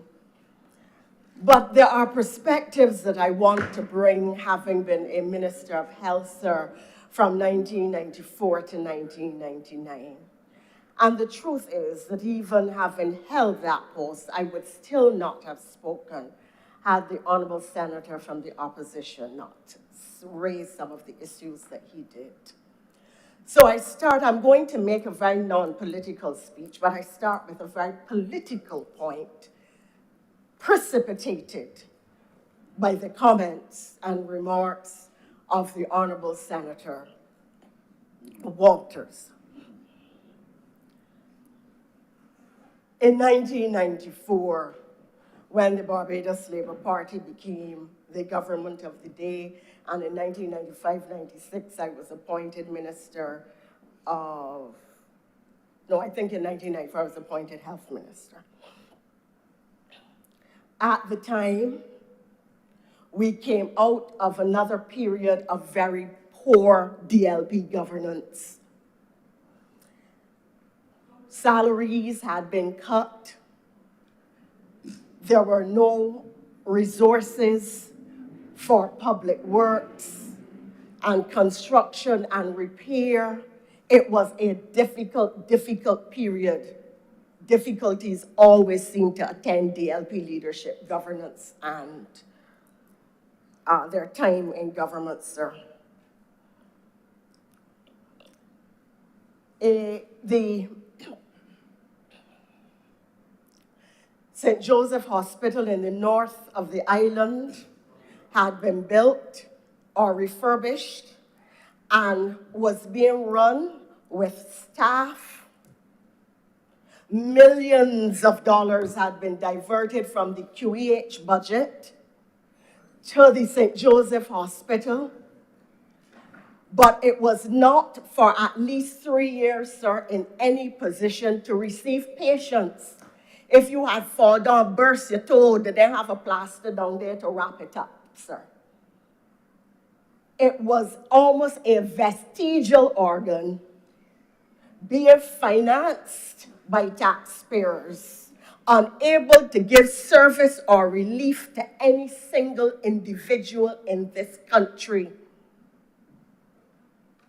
But it had a fully functioning gym, fully equipped and fully functioning gym. Sir, it really, because a lot of the people now associated with it have gone to the great beyond and have had to face their God, I really don't want to speak to some of these issues, sir, but I'm raising them because I heard today about politicizing the St. John Hospital. The thing was, sir, that we were so cash-strapped at the time, apart from the technical difficulties with St. John. We were so cash-strapped at the time that we had to immediately funnel millions of dollars back into the QEH in order to provide care and to keep some of the other polyclinics going, that a choice had to be made relative to, thank you very much, I was actually going to look for the figure, relative to what the needs were. In fact, sir, in 1991, the budget of health at the time, QEH, was $67 million. 1991. By 1994, it had dropped to 58 million because the money was being sent down to the St. Joseph Hospital. That is why there was no immediate resources to deal with the polyclinic in St. John. It wasn't any kind of political malice. My mother was born in rural Barbados. There's no black Barbadian, no Barbadian, and no rural Barbadian who I would make any policy decision to deny them care or dignity in this country. It would not happen. When I became a minister of government, I made a promise to myself. I'm going to tell you, sir, a personal story, because really this morning I became very annoyed. I did not intend to speak. I mean that. On the day that I was sworn in as a minister for the first time, sir, you were there, because you too were sworn in as a minister. And it was a different format to what is used now. And we had to rise the stairs at Government House as it then was, to be received by Her Excellency, Dame Nita Barrow. Sir, we went in order of age and precedence. You were in front of me. Mia Motley was behind, as she then was. We went with our supporters, our families who were allowed to attend. And so you could imagine this sweeping procession. Those of us ministers for the first time, some of us entering Government House for the first time, going up. This winding staircase to be received by the president. It was an auspicious moment in our lives. And in terms of that election, it was a momentous election as well, that 1994 election, with the government having been felled by a no confidence motion in which people on the government side voted with the opposition. And I turned back, sir, to say something to my mother, who would have been behind me. And when I turned, my mother was standing on the steps of Government House crying. And I said, "Oh my God, Mom, what happened?" And she held my hand and squeezed it. She said to me, "In all my days living in poverty and scrubbing people's toilets, I could never have imagined a moment like this." And in that instant, I understood what it meant to barefoot Black people from the country, to see their child not only become a lawyer, but become a minister of government in this country. And I understood my duty and responsibility to the people of this country, and I have never and will never resile from it.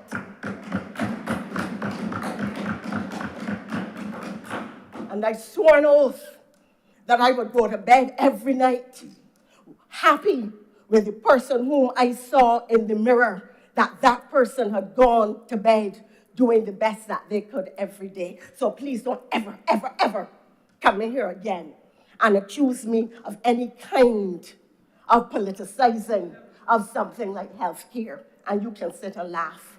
But if you ever get to serve at this level, and if you ever serve with sincerity, you will understand what it means. No, and you can dismiss me, because you see, but I will deal with you. We will come to the budget.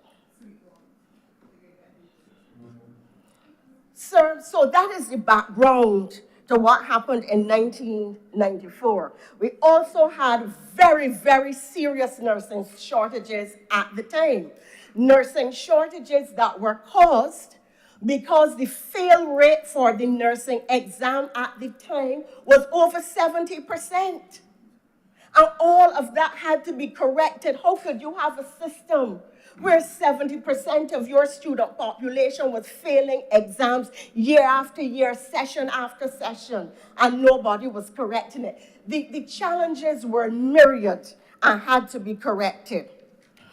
Now, I served 94 to 98. The government, BLP was in government 2000, 2008. Challenges in health at various levels continued. At that time, in 1994, Branford Tate had been the health minister. And I'm going to come to that in a minute. In 2008, when we lost office, I sat in here, down there, and heard all the jeering about how incompetent the Barbados Labour Party government was, and how much malice and politicization, all these accusations, and how the Democratic Labour Party government was going to get it all right, that all the issues at the QH would have been fixed forevermore. Amen. And so on. All of that, I sat and heard. And sir, since 2008 to now, we have come back the same cycle. And I've said that I'm not speaking in a political manner, and I turn now to those issues. With your permission, sir.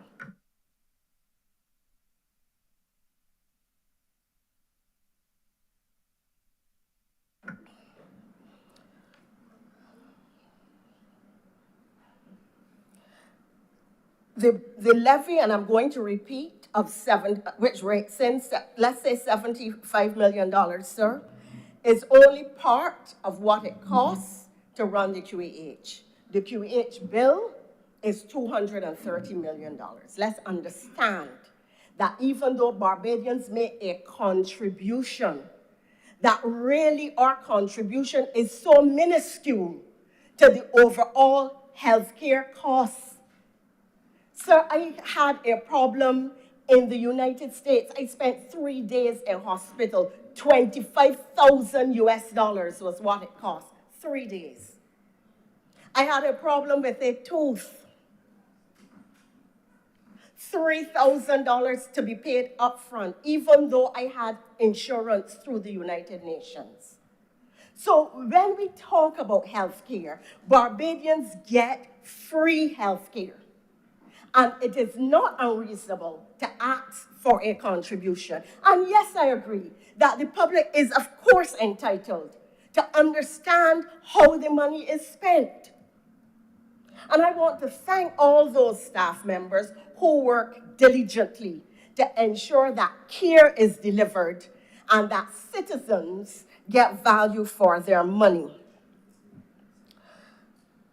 I believe, sir, that we have to ask ourselves a number of questions relative to health.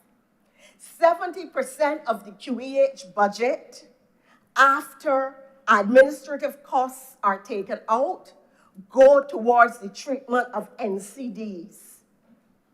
That raises the question as to whether or not we are to have a different model of primary health care, which is more interventionist and which will address care at the community level and at the intervention level prior to the point where the stroke set in, the serious heart ailment set in, the complications of diabetes set in, and the high cost of care are driven up.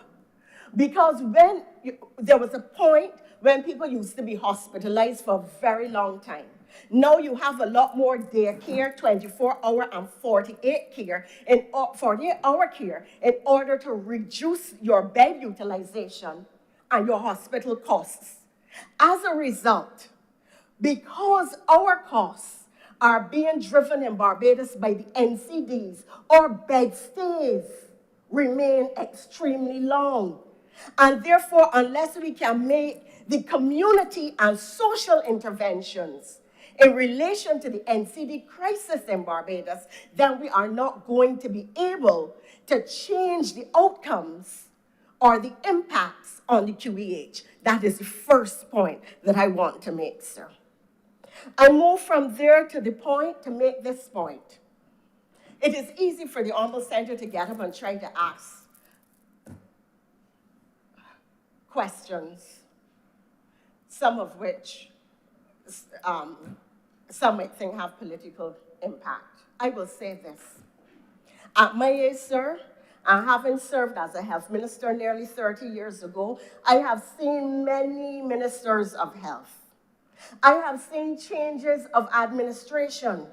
I have seen administrations try, and health ministers try, and I have seen administrations cry and health ministers cry as a result of the state of the QEH. That is just the reality. I have seen physical upgrades by both administrations. I have seen the introductions of new programs, new healthcare centers, new medical interventions, and more sophisticated technology and healthcare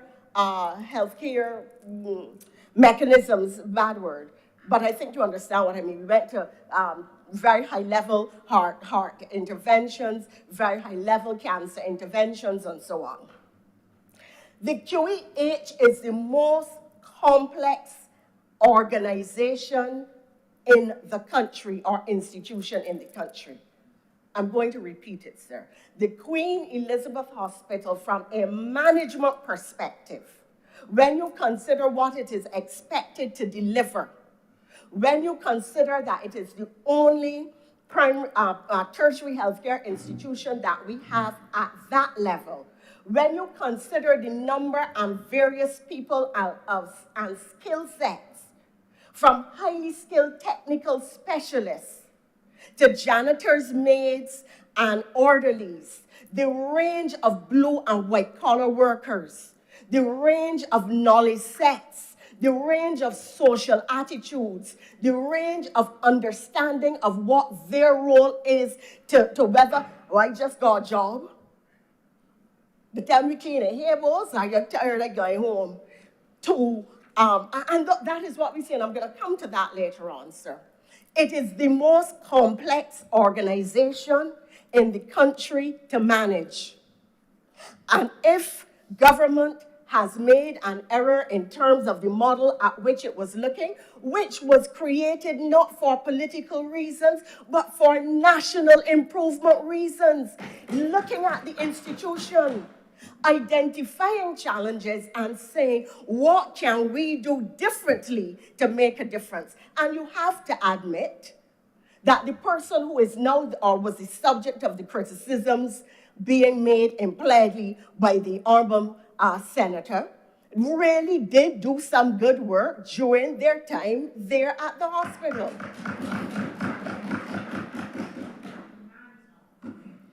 But the demands today at a modern hospital with a population suffering from everything to stress, from stress-induced illnesses, to environmentally induced rashes and skin conditions, to rhinotracheal diseases, to heart conditions, to whatever the challenge is.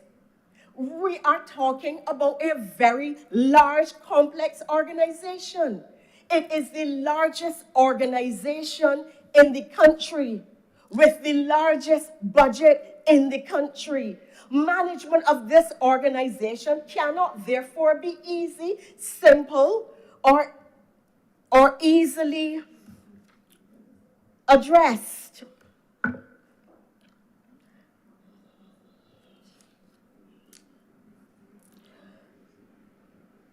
When I was a girl, sir, there was a health minister called Ramesses Scattle.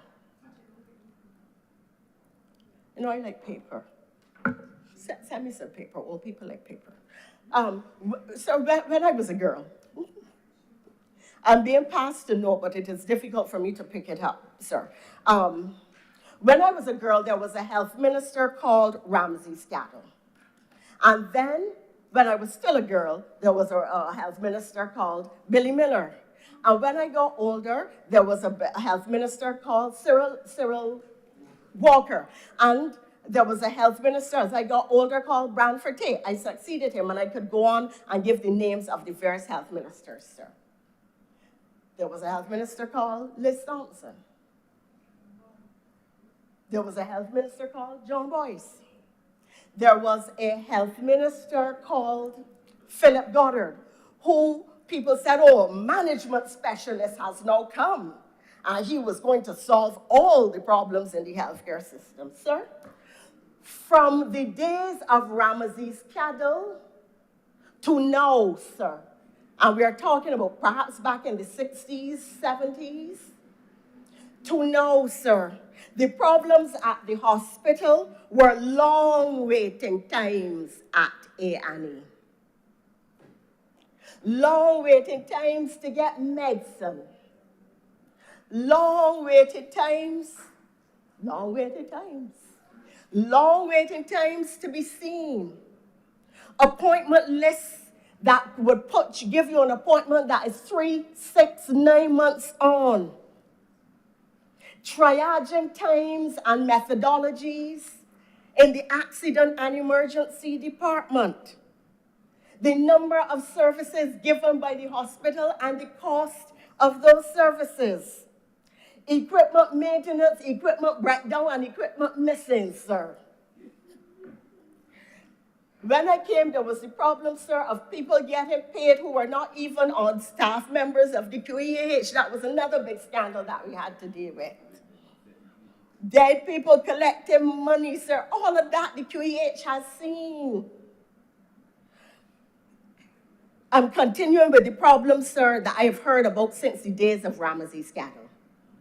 Adequate staff in various departments or inadequate staff so that when a particular person does not come to work, one staff member, that services cannot be provided in the department because that person may be a critical member of the caregiving team, and service cannot be delivered without that particular individual.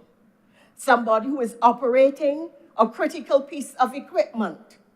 So equipment, apart from maintenance breakdown, whether we have the right set of equipment or the wrong set of equipment, that has also been a challenge. What is the right type of equipment for a hospital the size of ours, expected to deliver care to the number of people it delivers to act as a training hospital for the number of interns for which it must act?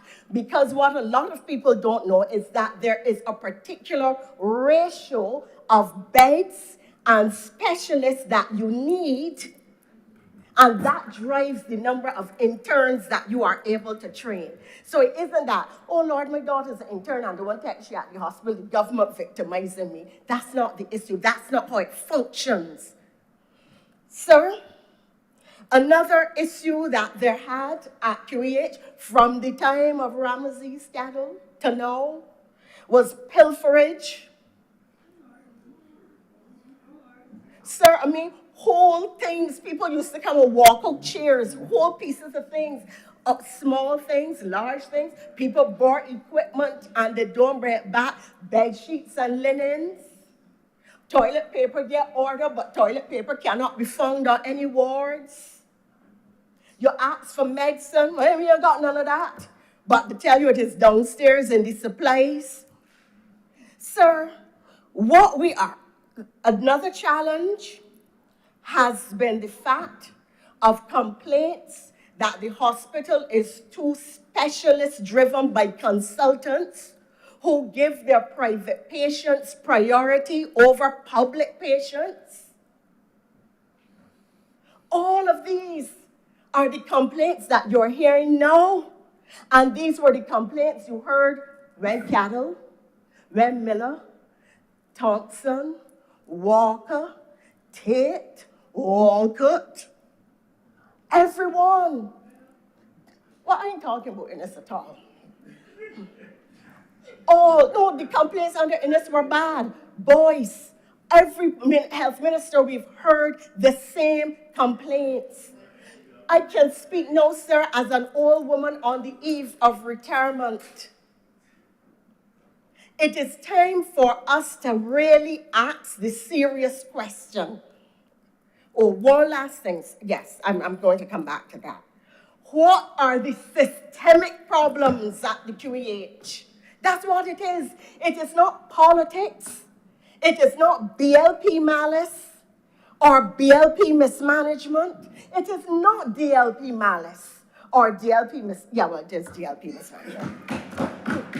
It is not, but it's not DLP malice, sir. But it is some measure of DLP mismanagement. The issue, therefore, is what are the systemic issues confronting the QEH as a national institution? The institution that if any one of us drops down in here now, I don't care how much money we have to be rushed there. That people like my mother who know what it is to clean people's toilets for a large part of their life, they have to be rushed there. How do we prevent, sir, the development of a two-tiered healthcare system so that you have a hospital which serves only the poor and those who cannot afford it, because the rich can go overseas, or the rich can get access to private care, or the rich can pay the consultants and have the maid bumped off of the waiting list while they go to the top of this waiting list for the surgery or the treatment. Because often people tell you, well, the doctor tell me that I will got to wait till somewhere about December. But he tell me if I could find $15,000 that he will see me next week. People tell you this. Now, I am not in a position to say the extent to which this is prevalent, the extent to which it is true, how many consultants it relates to, but there is a sufficient complaint that it warrants investigation and addressing. I have accessed healthcare outside of Barbados, and I know that you have to go in to A&E departments and wait. But are the waiting times in Barbados reasonable? Are they reasonable in is the triaging system adequate to identify those persons who need care urgently? A person who has had a stroke or may be having a stroke can be helped if they are seen quickly. If, however, they're going to wait for 36 hours, they cannot be saved. It brings us then, sir, to what to me is beyond the systemic issues, another fundamental issue in the hospital. Excuse me again, sir.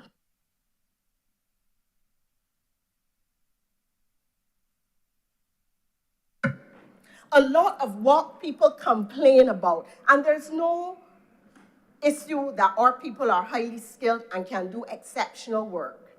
But, sir, a lot of what people complain about in relation to the QEH is attitude, the discourtesy with which they are treated, the fact that people will not look at them, the short and abrupt answers that cut you to the bone when you're lying down there or waiting there, waiting to know what the outcome is going to be, waiting to know if you might live or die, waiting to know if you're going to see a doctor, waiting to know if your life will be saved.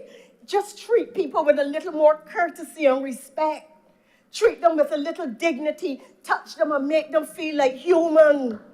Tell them some soft, reassuring, kind words. It is attitude that really, really causes the problem. And you have to ask, what causes me as a Bajan to look at my brother and sister and feel that I shouldn't treat them with respect or courtesy? Feel that I shouldn't treat them with the kind of kindness that I would want to be treated with. So, sir, we come then to another fundamental question. What is the bundle of services being delivered at the QEH? And can we afford them as a small developing country with a population of only 270,000 people, the majority of which are aging, the majority of whom, beg your pardon, are aging? What can the country afford? How do we create career paths for those who work in the system and assure them some level of job satisfaction? How do we create public confidence in the institution? What is the optimal size of the staff by department, by specialty, by skill set, by training, based on redundancy, and based on the fact that you can't only have one person trained in a particular area because that person needs holiday, will get sick, will have a problem a day, you have to have more. What is the optimal size of the staff that QEH needs to deliver care across specialties, and what will that cost Barbados? What can we do then to find those resources? How do we go on a massive recruitment drive to fill the HR places beyond nursing, to find the specialists that we need, to find the people who can do the work across all levels at the hospital? And that is what I mean by what is the optimum staff? Can we afford it? How do we recruit it? And how do we get that staff in place? What is the budget we should have in order to be able to deliver care? Do we have to increase the levy? Should we float a bond at the national level? Should we float a diaspora bond? What percentage of the government's budget and the allocation of the government's budget to healthcare is already extremely high? What percentage of the government's budget is to be allocated to healthcare? Mr. President, I know, and to the QEH in particular, I know you signaled to me that I had 5 minutes left.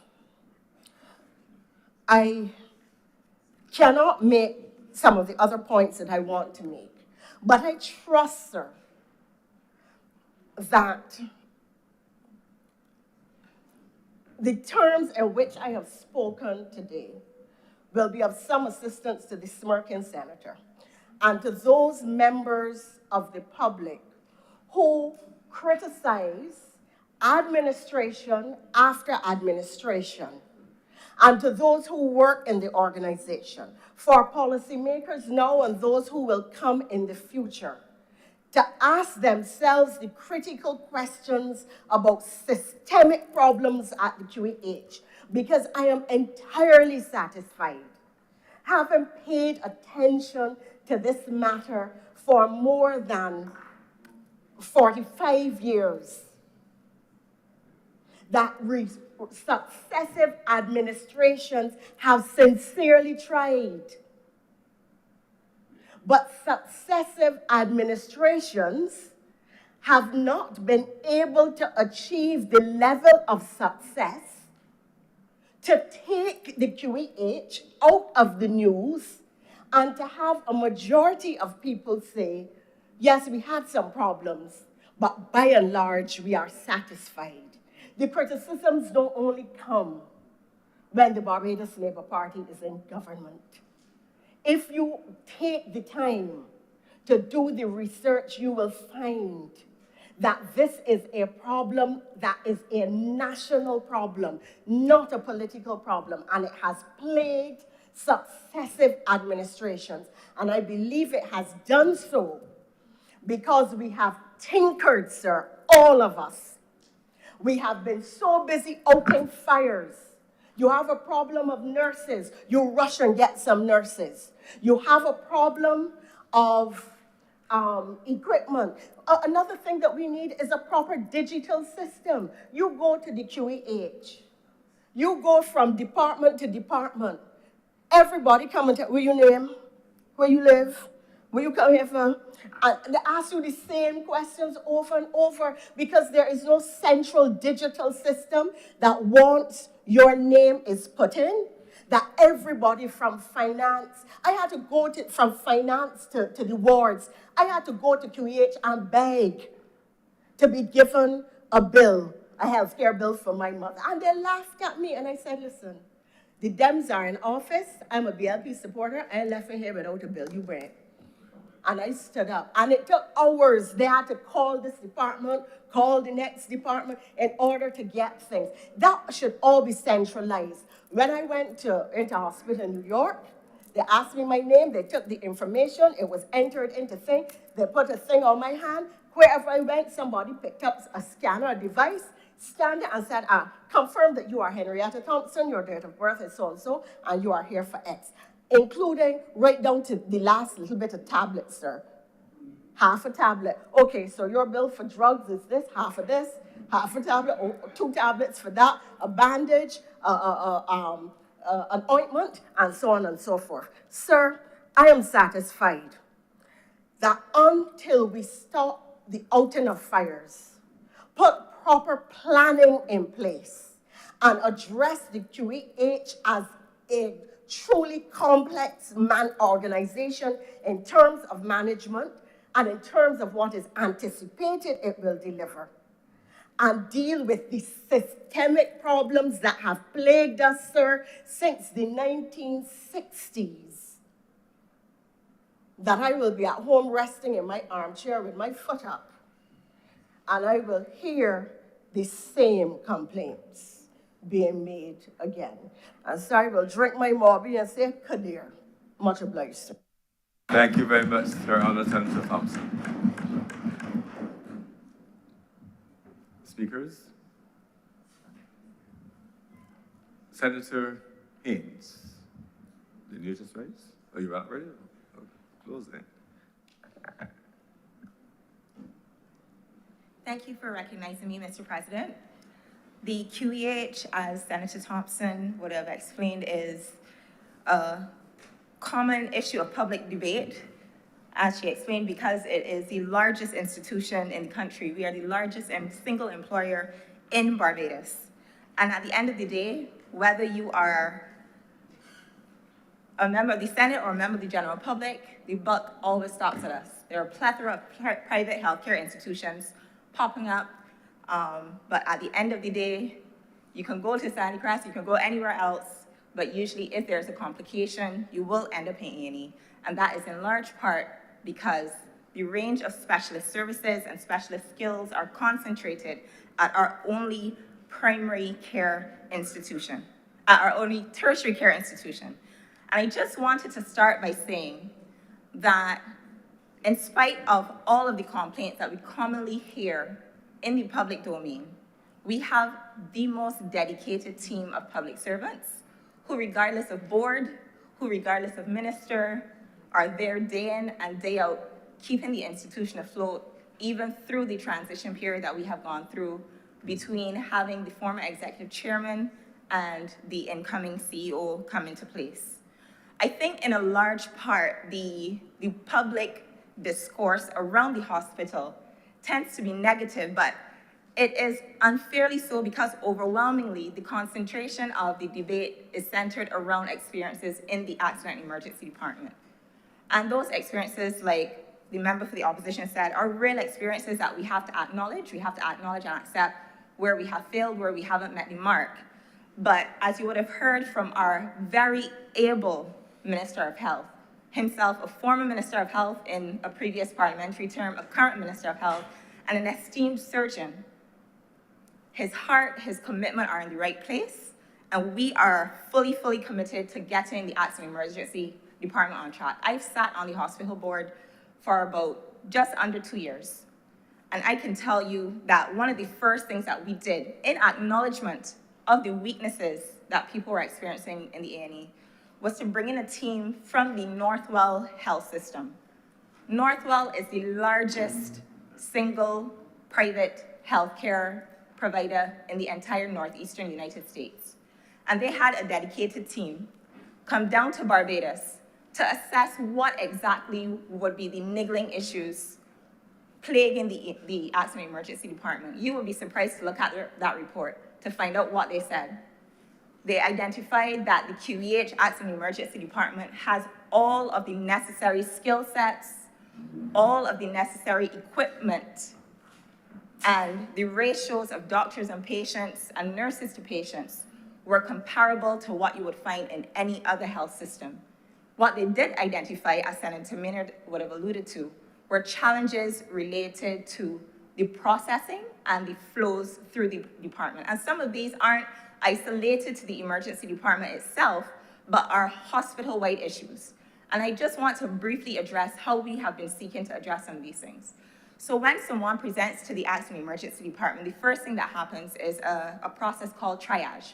Basically what we do, you come in with a specific complaint, and based on the nature of the complaint, we are able to identify, okay, this is a gunshot wound that might have to go to operating theater, or this is someone who has stumped their toe and might have to sit and wait.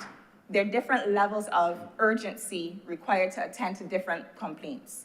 What we've actually managed to do is, based on our triage system, you're labeled either level 1 down to level 5 being the least urgent, and we've restructured the triage system in a way that they're dedicated teams. So there's a team specifically responding to the urgent and emergent cases, the middle tier cases, and then the non-urgent cases. So we're tackling it from 3 different ends to make sure that there's some responsiveness happening.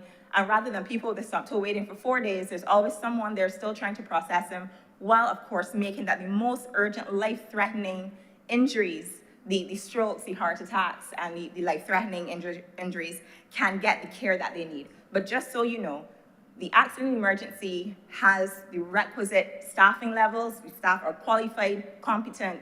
We've made the relevant resources available in terms of testing and all of these different things. You would have also heard the Minister of Health make reference to further investments happening, not just in the physical expansion of the plant, but investment in terms of human capital in the upcoming budget. And I will encourage everyone to follow in what's happening the other place tomorrow.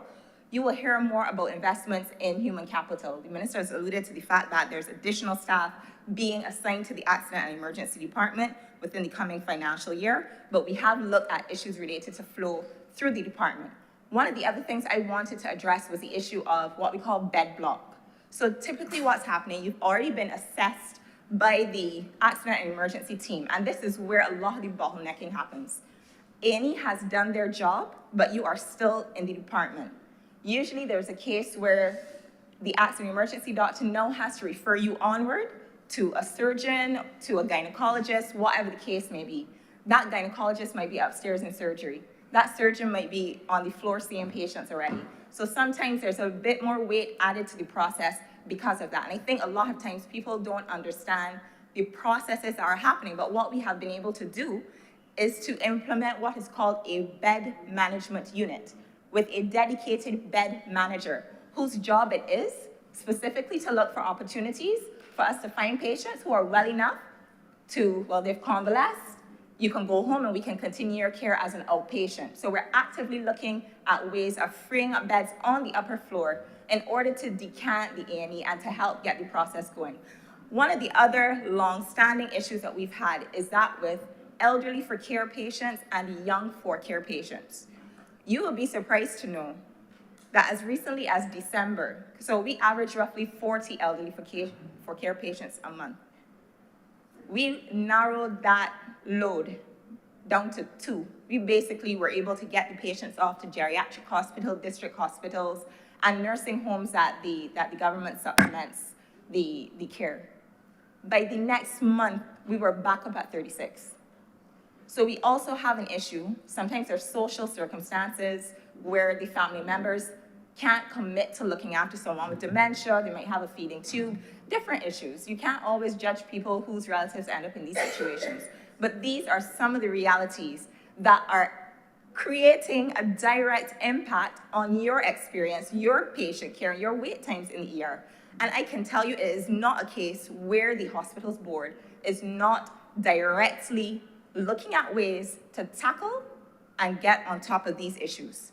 Because I think we can all agree, regardless of whatever side of the table that we're on, any of us or our relatives can end up there any time of day, and we want to know that we can get the kind of care that we want. So just to get the A&E issue out of the way first, I need to make those points. Now, I also have a unique perspective, having served on the board under the former executive chairman. And as I've sat here, I feel like she's been dealt with quite unfairly. We've heard that we've made a mistake. We've heard about whatever bad ideas she's had brought to bear. I first off want to say, because many suggestions have been made that the decision was a political one. Many people might not be aware of the former executive chair's background.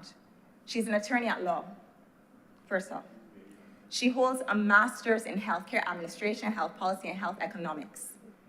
She served as a regional director for, I won't call the name of the organization, but it's an international body that manages healthcare regionally. And she took a pay cut to take the job that she took. I'm going to put to you that regardless of who she's married to, she was highly competent, highly qualified, and I can tell you what we were able to accomplish as a board with her as our executive chairman. A joint program that was defunct for a decade was reinstated. Started back doing knees, and started back doing knee replacements and hip replacements under her tenure. A backlog of 490 cataracts We got the ophthalmologist to clear that backlog within probably 2 months. Backlog that was there for years, dating back to my time. 3 wards were renovated. We renovated B4, C5, and Ward C9. We increased the ambulance fleet. One time people calling the ambulance service can't get an ambulance. Went from 5 ambulances to 9 ambulances under her tenure. We got the cancellation rates for surgeries down. We started implementing a system where we're encouraging surgeons to start surgery at 8 a.m. sharp to keep the operation day on time. We doubled the revenue generated from the hospital, from private patients, because we're using the funds generated from private patients to supplement the care that's being offered to people who might not be able to afford private care. The 24-hour cardiac suite program was started under the former executive chairman. We also started a special national project, and this was one of the Prime Minister's special initiatives. It's called the Transitional Community Care Program. And what we were aiming to do, once again, back to accident and emergency. There are many patients, as the Honorable Deputy Speaker made reference to, who have chronic non-communicable diseases, whether it's hypertension, diabetes, kidney issues, they're on dialysis, and they're what we call frequent flyers. They come to A&E all the time because there's always something wrong. With that in mind, we established a special community-based unit comprised of doctors, nurses, and community health liaison officers that go directly in the communities to people's homes. They're helping with dressings. They're making sure that they take their medications on time, because we're trying to keep you from coming back to the same A&E that's overwhelmed with surges all the time. That was something that was steered by the former executive chairman. We also started the patient relations department, headed by a physician. They have a call desk, a help desk. We started also doing the pharmacy delivery program. One of my mother's neighbors, an old gentleman that has a disability, he's able to get his medication delivered to his home. All of those are programs that were steered under her. Not to mention, nobody who's spoken so far mentioned that we were in a pandemic for 3 years. We saw a situation where we had to build up Harrison's Point. Harrison College became a field hospital. Queens College became a field hospital. Primary schools became field hospitals. I think we almost forget that we just lived through one of the most earth-shattering experiences, and the same executive chairman was at the helm, working shoulder to shoulder with the Minister of Health and his team, making sure that we didn't have the level of deaths as a result of COVID that could have resulted. We watched our neighbors to the north struggle. We watched a mass grave being dug in New York City. But the head of the WHO could commend Barbados on its management of the COVID-19 pandemic, in large part because of the same executive chairman that we're bashing. And I just wanted to stand up as someone who has worked alongside her to also say, typically, boards in the public sector meet once a month.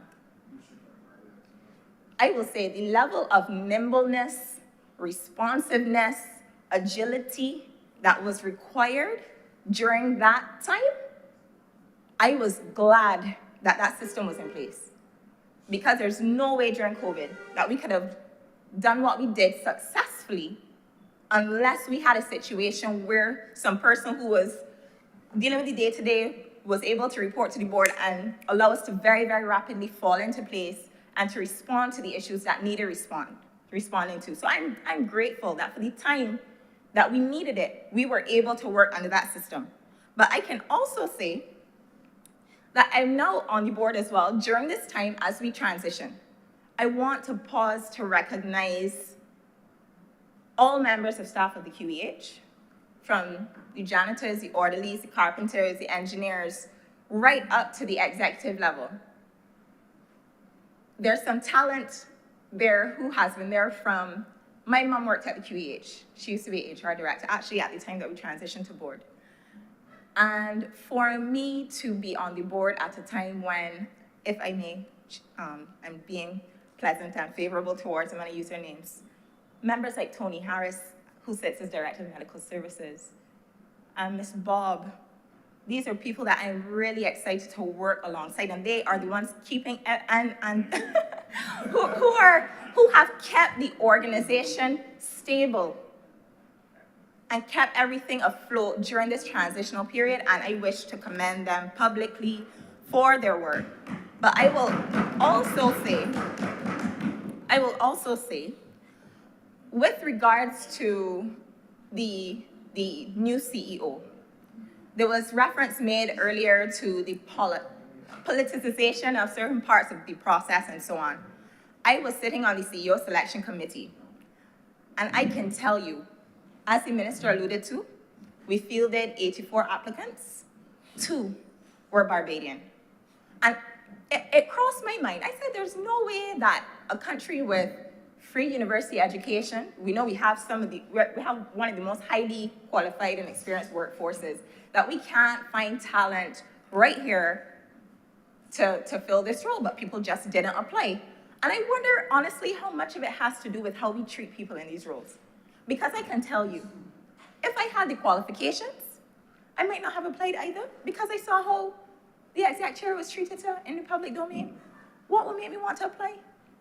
But at the same time, we complain when foreigners now come and apply and get the role. But anyhow, I will say, I wanted to address as well the notion of the politicization of the process.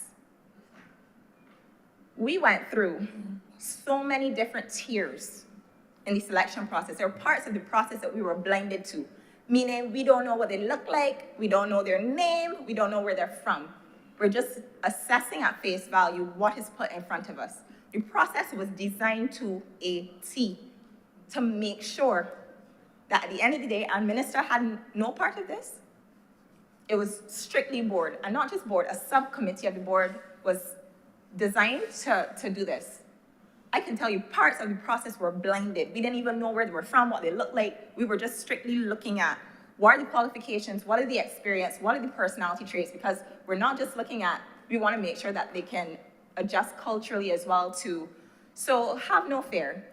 I want to say, I really feel like the hospital now in this post-pandemic period, we're about to do something new. And I think, there's a saying, it goes, the day that you plant the seed is not the day that you eat the fruit. And right now, I could see the heart, the passion of the minister. I think we have a very able champion at the helm of the ministry. And we are about to make some serious investment in our health system. The hospital is 60 years old this year. So naturally, the infrastructure is falling apart, the equipment is aging out, issues with the incinerator, all of that. We have a $130 million capital expenditure project that is about to be rolled out that will be addressing things like the incinerator issue that has been smoking out people in Bridgetown, much to my chagrin. And we are looking not for another incinerator necessarily, but if possible, we want to find a more environmentally sustainable option that won't be billowing smoke out, because we have to walk the talk. Our Prime Minister is a climate champion. We're making sure that the technology that we select will be one that is on par with what her messaging is. On top of that, you would have heard the minister make references to investment in new equipment. When you raise the point about the levy doesn't come to me. The levy is going to support the delivery of health care to the same people who are paying in, and some who can't. So when you heard about a new CT scan, it is the newest state-of-the-art CT. It is the only CT scan of its kind on the island, and we're about to get another one for the Accident Emergency Department dedicated to A&E. It's going to allow us to also do work on complex cardiac cases that we've never been able to do before. We're hoping that all of these investments as well will be able to allow the hospital to generate revenue. So not just serve the public, but make some money to help to offset some of the costs. Maybe then we can look at rolling back the levy, maybe. Investments in the new MRI. Hospitals never had an MRI. We used to have to send patients out to private providers all the time. The investments are being made.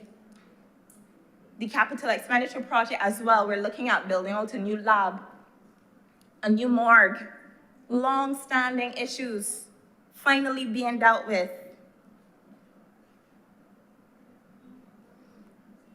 I don't want to be long just because we are heading into lunch, but I also want to make a very brief reference before closing to the investment that we're making in people. Many of you remember a few years ago when we had an issue with recruiting nurses because many of the nursing students were not able to pass the regional exam, and that had been addressed. But even so, we have an issue where we're getting an attrition of our nursing complement, and it's not a Barbados issue, it's a global issue. The board is actively looking at ways to improve the conditions for nurses, whatever it takes, because at the end of the day, nurses are at the bedrock of the health system. The doctors can write the treatment plans, but when we leave, it's the nurses there on the units, hour after hour, making sure that things happen. I personally am committed to making sure, as well as the minister, of course, with his lead, that we get a fair deal for our nurses. But we also have an issue where international recruiters have been on the ground. We can't pretend to be ignorant of these things. So while we are working on improving their conditions and creating posts for specialist nurses as well, we have other issues where we have people actively on the ground recruiting nurses. And there's serious pull factors because when some person is giving you a whole relocation package, housing, kids, education covered, everything, to be honest, who wouldn't say yes? So we are fully in understanding of where we are with that, and it's a priority area as well for the minister and his team. I wanted to also highlight the fact that a couple of programs that were put on pause during the COVID-19 pandemic have been restarted. The midwifery program, I believe, hadn't released anyone who completed that program since about 2019, 2020. And we have seen the restart of the midwifery program. Also the EMT program, the ambulance workers, that program was on pause, that has restarted. We've also been able to look into getting the nurses trained in phlebotomy. Phlebotomy is a big word that just means that nurses will be able to draw blood, put up IVs, and do some of these tasks that normally add to the additional cumbersome nature of a doctor's work. But on top of that, it means that if a doctor is not present on the unit, if there's an emergency, if there's someone who's acutely bleeding, a nurse now will be able to put up an IV, set up a bag, a fluid bag, until greater intervention can be taken. On top of that, I will say, I don't know if any other Caribbean territory has the number of specialist doctors that QEH has. Can't. Within the last year, we brought on another kidney transplant surgeon, a hepatobiliary surgeon, a neurologist who specializes in stroke medicine. State of the art. So I will say everything above A&E seems to be relatively okay. There are issues upstairs. I will admit to the fact that a couple of the operating theaters, we have to work on the air conditioning, and that is as well included in the capital expenditure project. Or maybe we can take it out of the health levy if that permits. But overall, the hospital is a good place. And it has a strong team, but I think the weakness is really the accident emergency experience. I'll share something with you yesterday. It's almost like people have PTSD, or maybe because you hear these horror stories all the time, they almost don't know what to expect when they go into the A&E. I got a call yesterday morning from a friend, a very, very close friend. Her mother had to go to the ER yesterday. So she's, oh my gosh, Crystal, I don't know how long this thing will take, but mommy XYZ. I said, darling, how long have you been there? You know what she told me? 10 minutes. And I am not lying on the Bible. She told me 10 minutes. I said, okay, well, a couple of things have to happen before, because she wanted me to try to expedite. You know, ultimately, I didn't have to. Her mother was on a bed by yesterday evening, on a ward. So there are periods when the A&E goes through what we call a surge. For some reason, it happens a lot around crop over. It happens at Christmas time. But for the most part, things are starting to stabilize. And when phase 3 of the A&E is fully rolled out, and we get some of the additional staff, and we're actively working on improving the flow issues, not just in the department, but hospital-wide, I'm sure people are going to start to see the improvements that they're looking for. But what I don't want us to leave this chamber feeling is that there's any lack of capacity or any lack of heart to deal with what people are facing. We are fully, fully committed to seeing the hospital become a better place, and I fully support the amendments before the House. Thank you. Senator Cummings.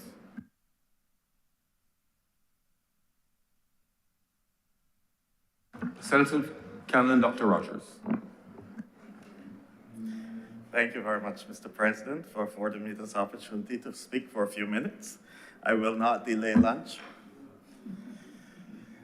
But I rise to support this amendment in the return to the status quo. Prior to 2019, we would have been here in 2019 when we made this change. And I'm sure that some may want to ask the question, as I've heard this morning, so what has happened now? Why? But I wouldn't touch that as yet, sir. With your guidance, sir, your permission, I wish to just give a little preamble as a segue into my substantive point that I wish to make, seeing that so much has happened since I left. I leave the island for 2 weeks, and there are these seismic changes within the chamber, etc. I would like to attribute it to me, but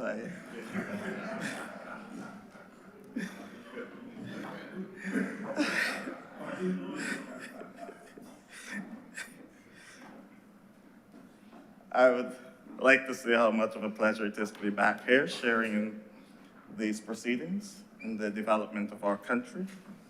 And as I said, there have been some changes, and oh, what a difference a day makes. I wish to publicly, since I didn't get the opportunity to, thank the two senators who would have been here prior. That is Dr. Christina Hines and the Honorable Dr. Charleston Brathwaite, for their contributions over the time that they were here. I believe that Senator Brathwaite was very instrumental in bringing to the floor the focus on food security in Barbados, something that I believe that I would want to continue to highlight in this chamber. And Senator Hines was very instrumental in pushing, Dr. Hines, for pushing for child protection. And when that legislation, the child protection and child justice bills do come, I certainly will be consulting her. I haven't asked her yet, but for any input that she would want to make or have made in this chamber on her behalf due to her passion on it.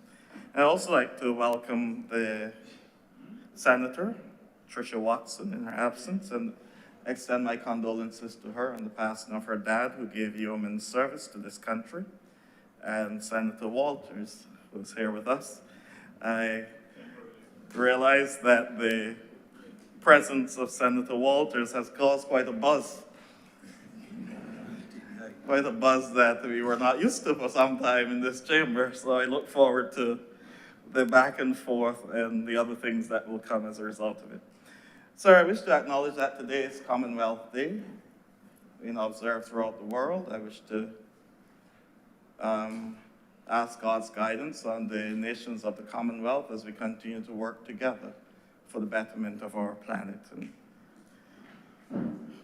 I'd also like to acknowledge, since I left prior to the start of the Lenten season, I wish all Christians a blessed and reflective Lenten season at this time as we go through our season of purgation. But I could not help but notice how things seem to mirror what is happening in the country at this time, because the Lenten season is very important, sir. Just if you would permit me to go into a little bit of geography, on the 21st of December, we would have observed the winter solstice, which is the longest and darkest day of the year.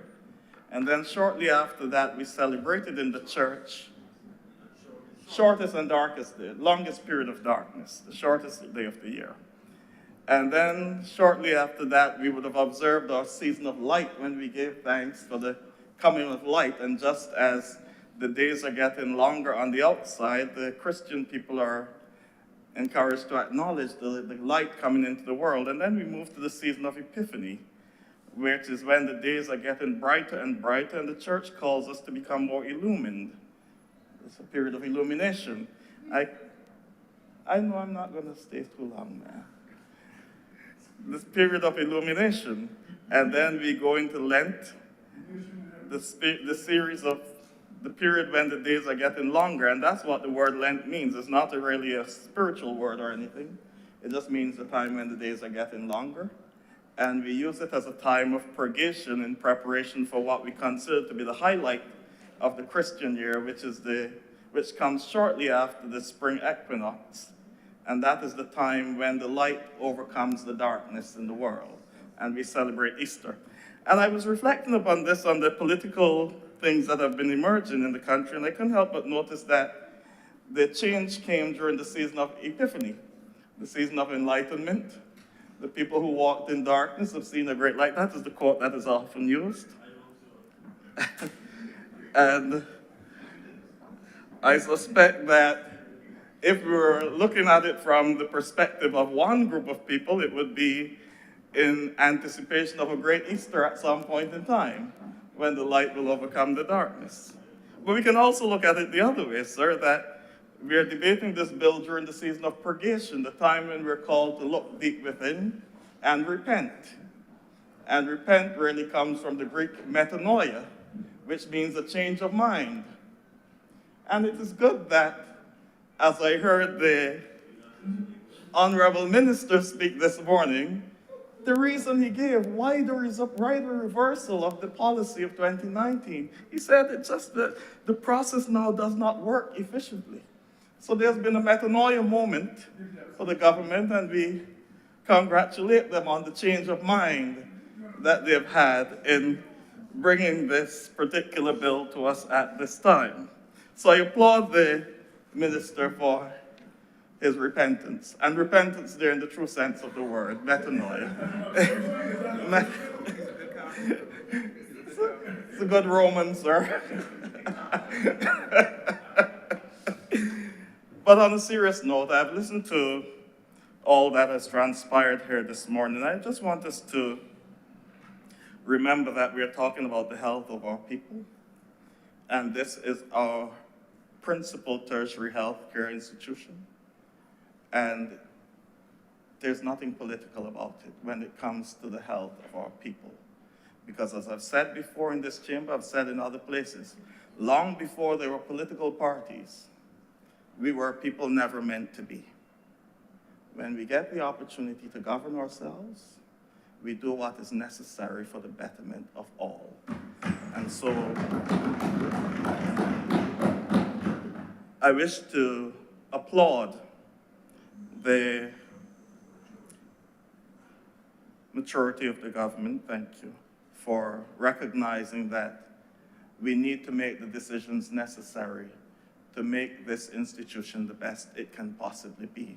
But that being said, as Senator Haynes so passionately articulated just now, let us not be beating people up. Let us just give thanks for what good work would have been done over the period of time, and thank the past executive chairman for her stewardship of the institution. It is not an easy institution to run. It will never be, as long as we continue the type of health care policies that we have in the country. It is the envy of many, but recognize that it comes at a great price, and it will never, ever be easy to manage this institution. But we thank those who have given their time and their effort, and here I wish to highlight something and to join with Senator Maynard in saying that we need to look at how we compensate our nurses. I've often said that, strangely, he chose teaching as well, because nursing and teaching are what I call two quasi-vocational type jobs, where you cannot really pay a teacher for what he or she does when the teacher really puts his or her all into it.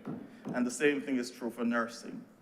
But at the same time, these people still have to shop at the same supermarkets that everybody else is called to shop at, and sometimes the prices are not set for their salary levels. And so we have to look at how we can better compensate them for the human service they give to us. I believe that some, perhaps on the outside, would be saying that this is an I told you so moment, because the problem that was perceived in 2019, though the minister this morning pointed out that there's been a long call for greater autonomy. The problem that was perceived by some, I believe, was more of centralization of the management of the QEH in one and the same person. And that is always dangerous, but as I said, the executive chairman did her best. And it would always been a challenge, because as I reflected on it, I remember the calypso by the Mighty Spoiler. The Mighty Spoiler had a calypso about a magistrate who was going to court one morning and was stopped by the police. And the police charged him for speeding. And when the case came up, it so happened that the same magistrate was to preside over his case. And he decided not to have any legal representation, he represented himself. So when the officer got up and accused the driver of speeding, the officer said the driver was speeding, and then himself told himself the officer is lying. And then himself told himself, listen, this is no sport. Then himself charged himself with contempt of court. And that is precisely what could have happened here with this executive chairman position. So I'm very happy that we have made the change. But what I want to speak to in this legislation is something that the Minister of Health and the Honorable Senator, well, the most Honorable Senator would have spoken to this morning. He said, years ago, when he made a suggestion about the composition of the board, he had included the Barbados Christian Council. And as I look through the list in the first schedule, subsection C, I do not see any representation here from any pastoral representation. Neither, I'm hearing on the side that I took them off. And there's only one person here who can take them off. That's what I heard. Right. I see no pastoral representation, neither do I see anyone specialized in psychology. And this is not to say that the persons on the board do not have the requisite skills, but just recognize that when we're dealing with professionals and people at the top of their level, the more and more we study, the more focused we become in a particular field. And sometimes when we make decisions, it may not be able to take into account something that needs to be focused on elsewhere. And I believe in the post-pandemic QEH, which Senator Haynes pointed out, the post-pandemic hospital is about to do something new, so she has in mind an Easter event as well, sir. Well, that's what we're supposed to do, sir. In a post-pandemic QEH, in the post-pandemic world, one of the key things that we've seen coming out of the pandemic has been, how should care be apportioned? Who should receive care? And Senator Haynes just pointed out the triage system that is in the A&E and I believe in ICU at the hospital. But I just want to quote from two articles, if I am permitted to do so. An article by Dr. Kathleen Liddell from Cambridge in 2020, Who Gets the Ventilator? Important Legal Rights in a Pandemic. And it's a little long, but if you permit me. At some point during this pandemic or the next, all countries will need to answer hard questions about whether and when scarce ICU resources such as ventilators, beds, and staff should be either withheld or withdrawn from certain groups of patients solely for the purpose of providing them to others. I'm just in the post-question. Attempts to answer these questions can be found in a wide range of ICU protocols and ethical guidance documents, many of which embrace the foundational principle of save the most lives. Unfortunately, this worthwhile goal has generated many suggestions that could violate the law. I've highlighted that to make the point, sir, that there will come a time when the decision of triaging will have to be removed from the person on the spot there to the board in some cases. And the reason why I'm raising this is because of another article I've read by Max Feinstein and others in 2020. Considerations for ventilator triage during the COVID-19 panic. And his thing is, the separation of clinical care from the triage decision making is recommended in pandemic triage protocols. This approach is important because resource allocation and the ethics of face-to-face patient care have the potential to be at odds in individual cases. Furthermore, this separation might help to reduce the moral distress experienced by healthcare providers in the event that patients are excluded from receiving scarce resources. I am highlighting this, sir, because as we go forward, these issues will present themselves and more critical issues will present themselves. And there will come a time when that responsibility has to be placed to the board. And it will be important for the board to have someone there with pastoral skills. Because just as these healthcare workers are going to have challenges,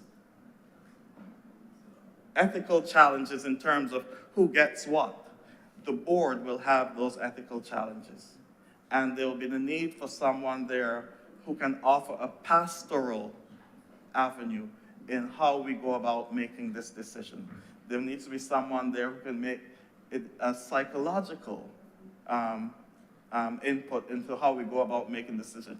They may be in one and the same person, but I'm just suggesting that the board be expanded to include that pastoral element. And not a chaplain, but someone who is there as a part of the decision-making process. That is basically my contribution to this. As I said, I support the going back to an executive officer, chief executive officer, and I commend the government's maturity in recognizing the importance of making this move at this time, sir. Thank you. Thank you very much, Senator Cannon, Dr. Rogers. Senator Cummings. Thank you very much, Mr. President. I beg to move the suspension of this chamber for the lunch period, and I beg to move that this Senate be suspended until 3 p.m.